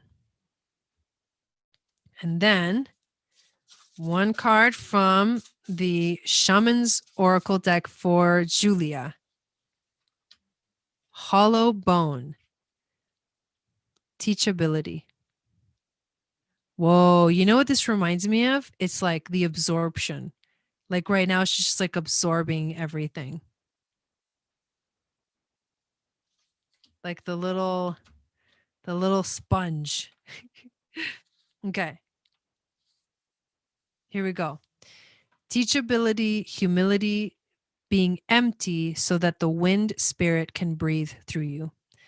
The hollow wing bone of an eagle is a flute for the shamans.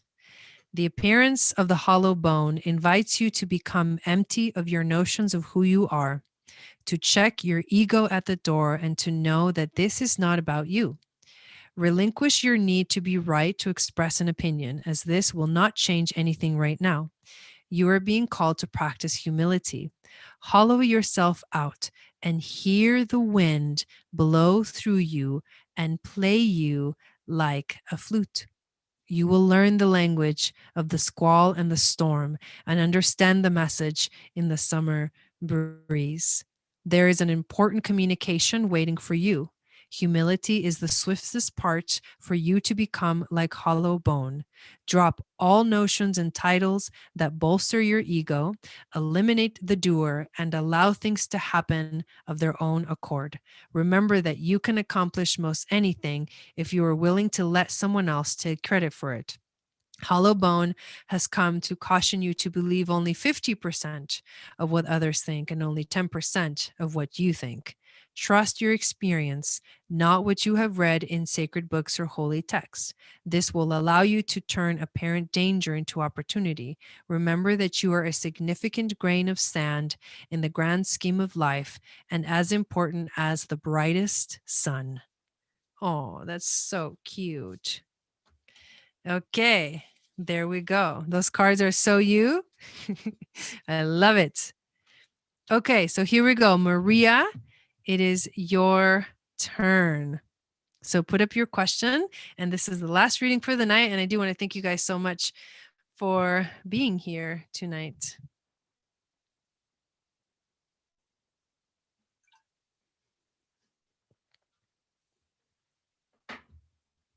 Okay.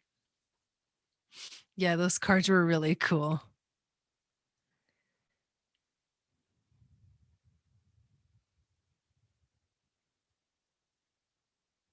She says that's what I already do. Of course. Of course she does. I'm disappearing because my thing is green. All right, here we go. My guides keep telling me I am starting a chapter 3 in my life. Whatever chart will give insight into this. You'll be starting a chapter 3. Okay. Let's pull the chart.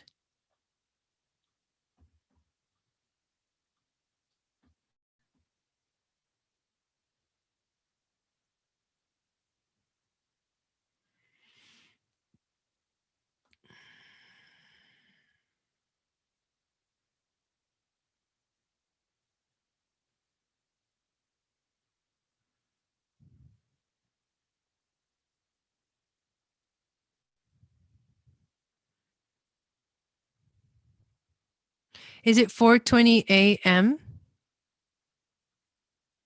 or p.m.?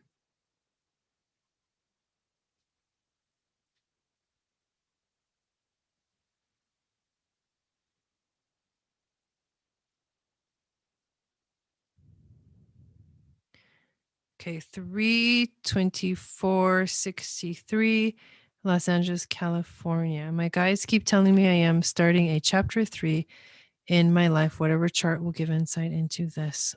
So just want to verify that it's AM or PM. AM? Okay.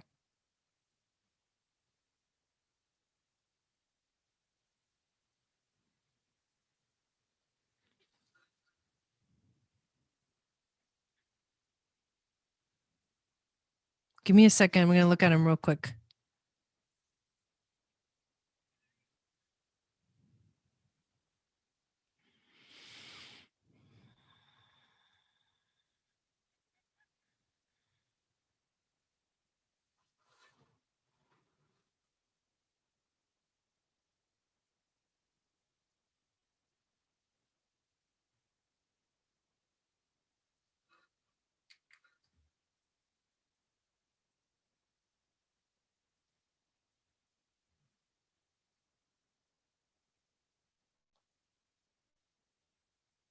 Okay. So we're going to look at your progressed chart. So, yeah. What on earth? Okay. That is just crazy. I just realized. So your progressed sun is in Taurus in the third house. Your progressed moon is in Taurus in your second house. Your progressed Mercury is in Taurus, your progressed rising into Taurus, your progressed Venus is in Taurus right now. You have a lot of Taurus energy right now in your progressed chart. What this is like the evolution of your soul, and where you're at right now is significant in the progressed chart, especially when we look at the phase that the moon is in your chart. So here's what's happening. The moon is moving towards the sun always, right? Because they move in a counterclockwise direction in astrology. The planets do. It's getting closer and closer to your sun, which means that right now the moon is what we call in the balsamic phase. This is the dark moon. And not surprised that you're getting this reading while we're going through a dark moon right now. So the dark moon is a time to release, is a time to let go, is a time to get rid of anything in your life that doesn't serve you. And this could be your personal belongings, material possessions.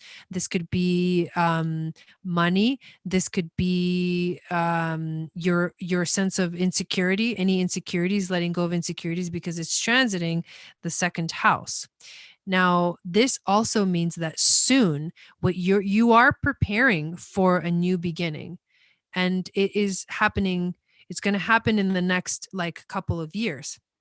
If I go over here, whenever there's a new moon in the progressed chart, that means that it's a new 28.5-year cycle. So you have an opportunity right now to let go of anything that doesn't serve you, because that's naturally what you're supposed to be doing in your life, and to get ready for a new beginning in a whole new energy, in a whole new way, like a whole new life is really beginning for you.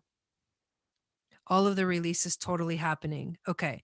So I'm going to move forward, and it's going to be, let's see.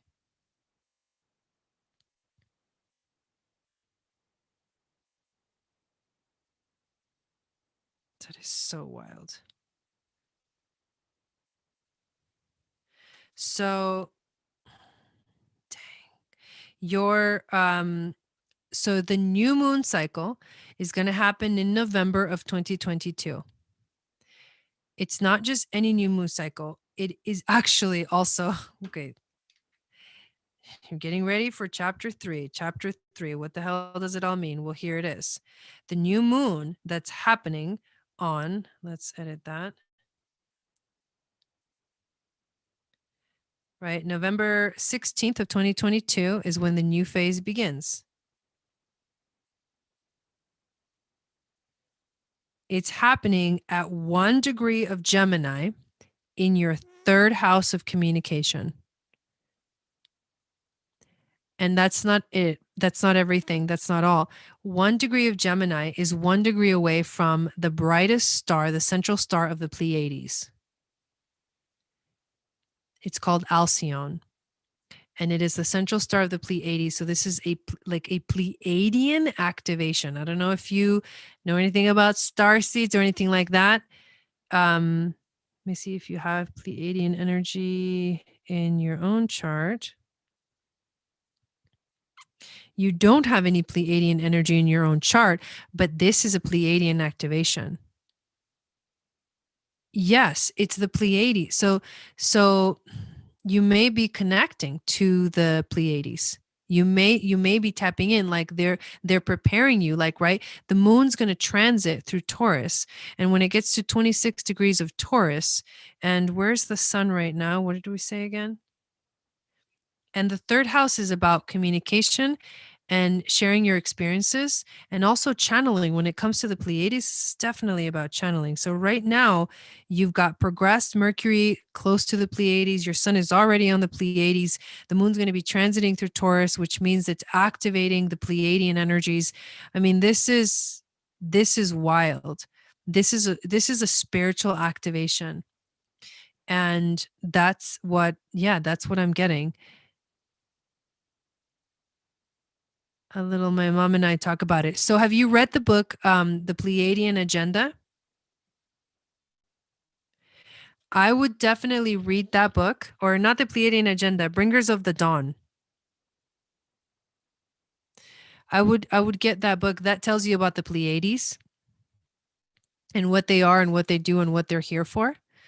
And yeah, that's what I would recommend that you tap into to understand this Pleiadian energy. I'm looking at your chart a little bit more to see if there's anything else that you have your north. Okay. This has to do, okay. So this has to do also with, it has to do with communication, but it also has to do with, you have your IC, which is the angle found at the cusp of the fourth house of the home. And it is exactly at 9 degrees of Gemini, which is Aldebaran, which is the eye of the bull. So this may bring you a lot of insight in regards to home and family. That's funny. Or if she has that one, The Pleiadian Agenda is another one by Barbara Handclough. And Barbara Handclough also wrote the book Alchemy of Nine Dimensions, which is another good one about the Pleiades.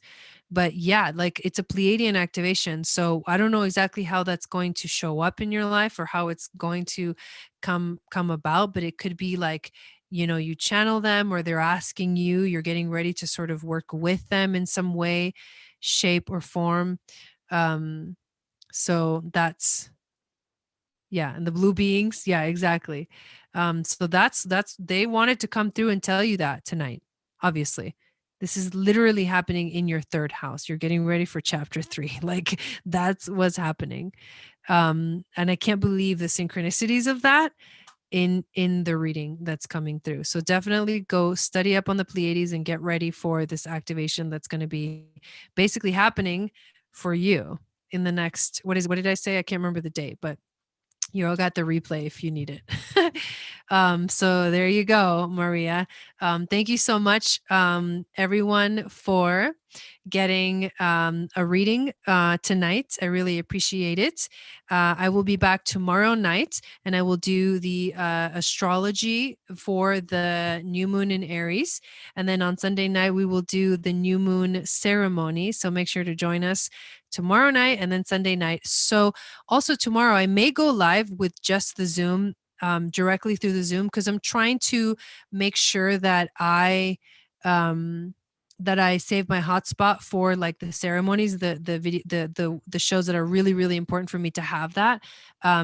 But yeah, so we may do it on Zoom. I may, I'm kind of leaning towards doing Zoom just to make sure I save that hotspot. But that is, that just wanted to let you guys know. That means that you won't get like a preview. You'll just see when I go live, and I'm going to go live at 6 p.m. Pacific. So thank you guys so much for being here tonight. I really appreciate your support, and I will see you guys tomorrow for the new moon astrology, and then on Sunday for the ceremony. Thank you to all the moderators in here. And yeah, I hope you guys have a beautiful rest of your Friday and a good week.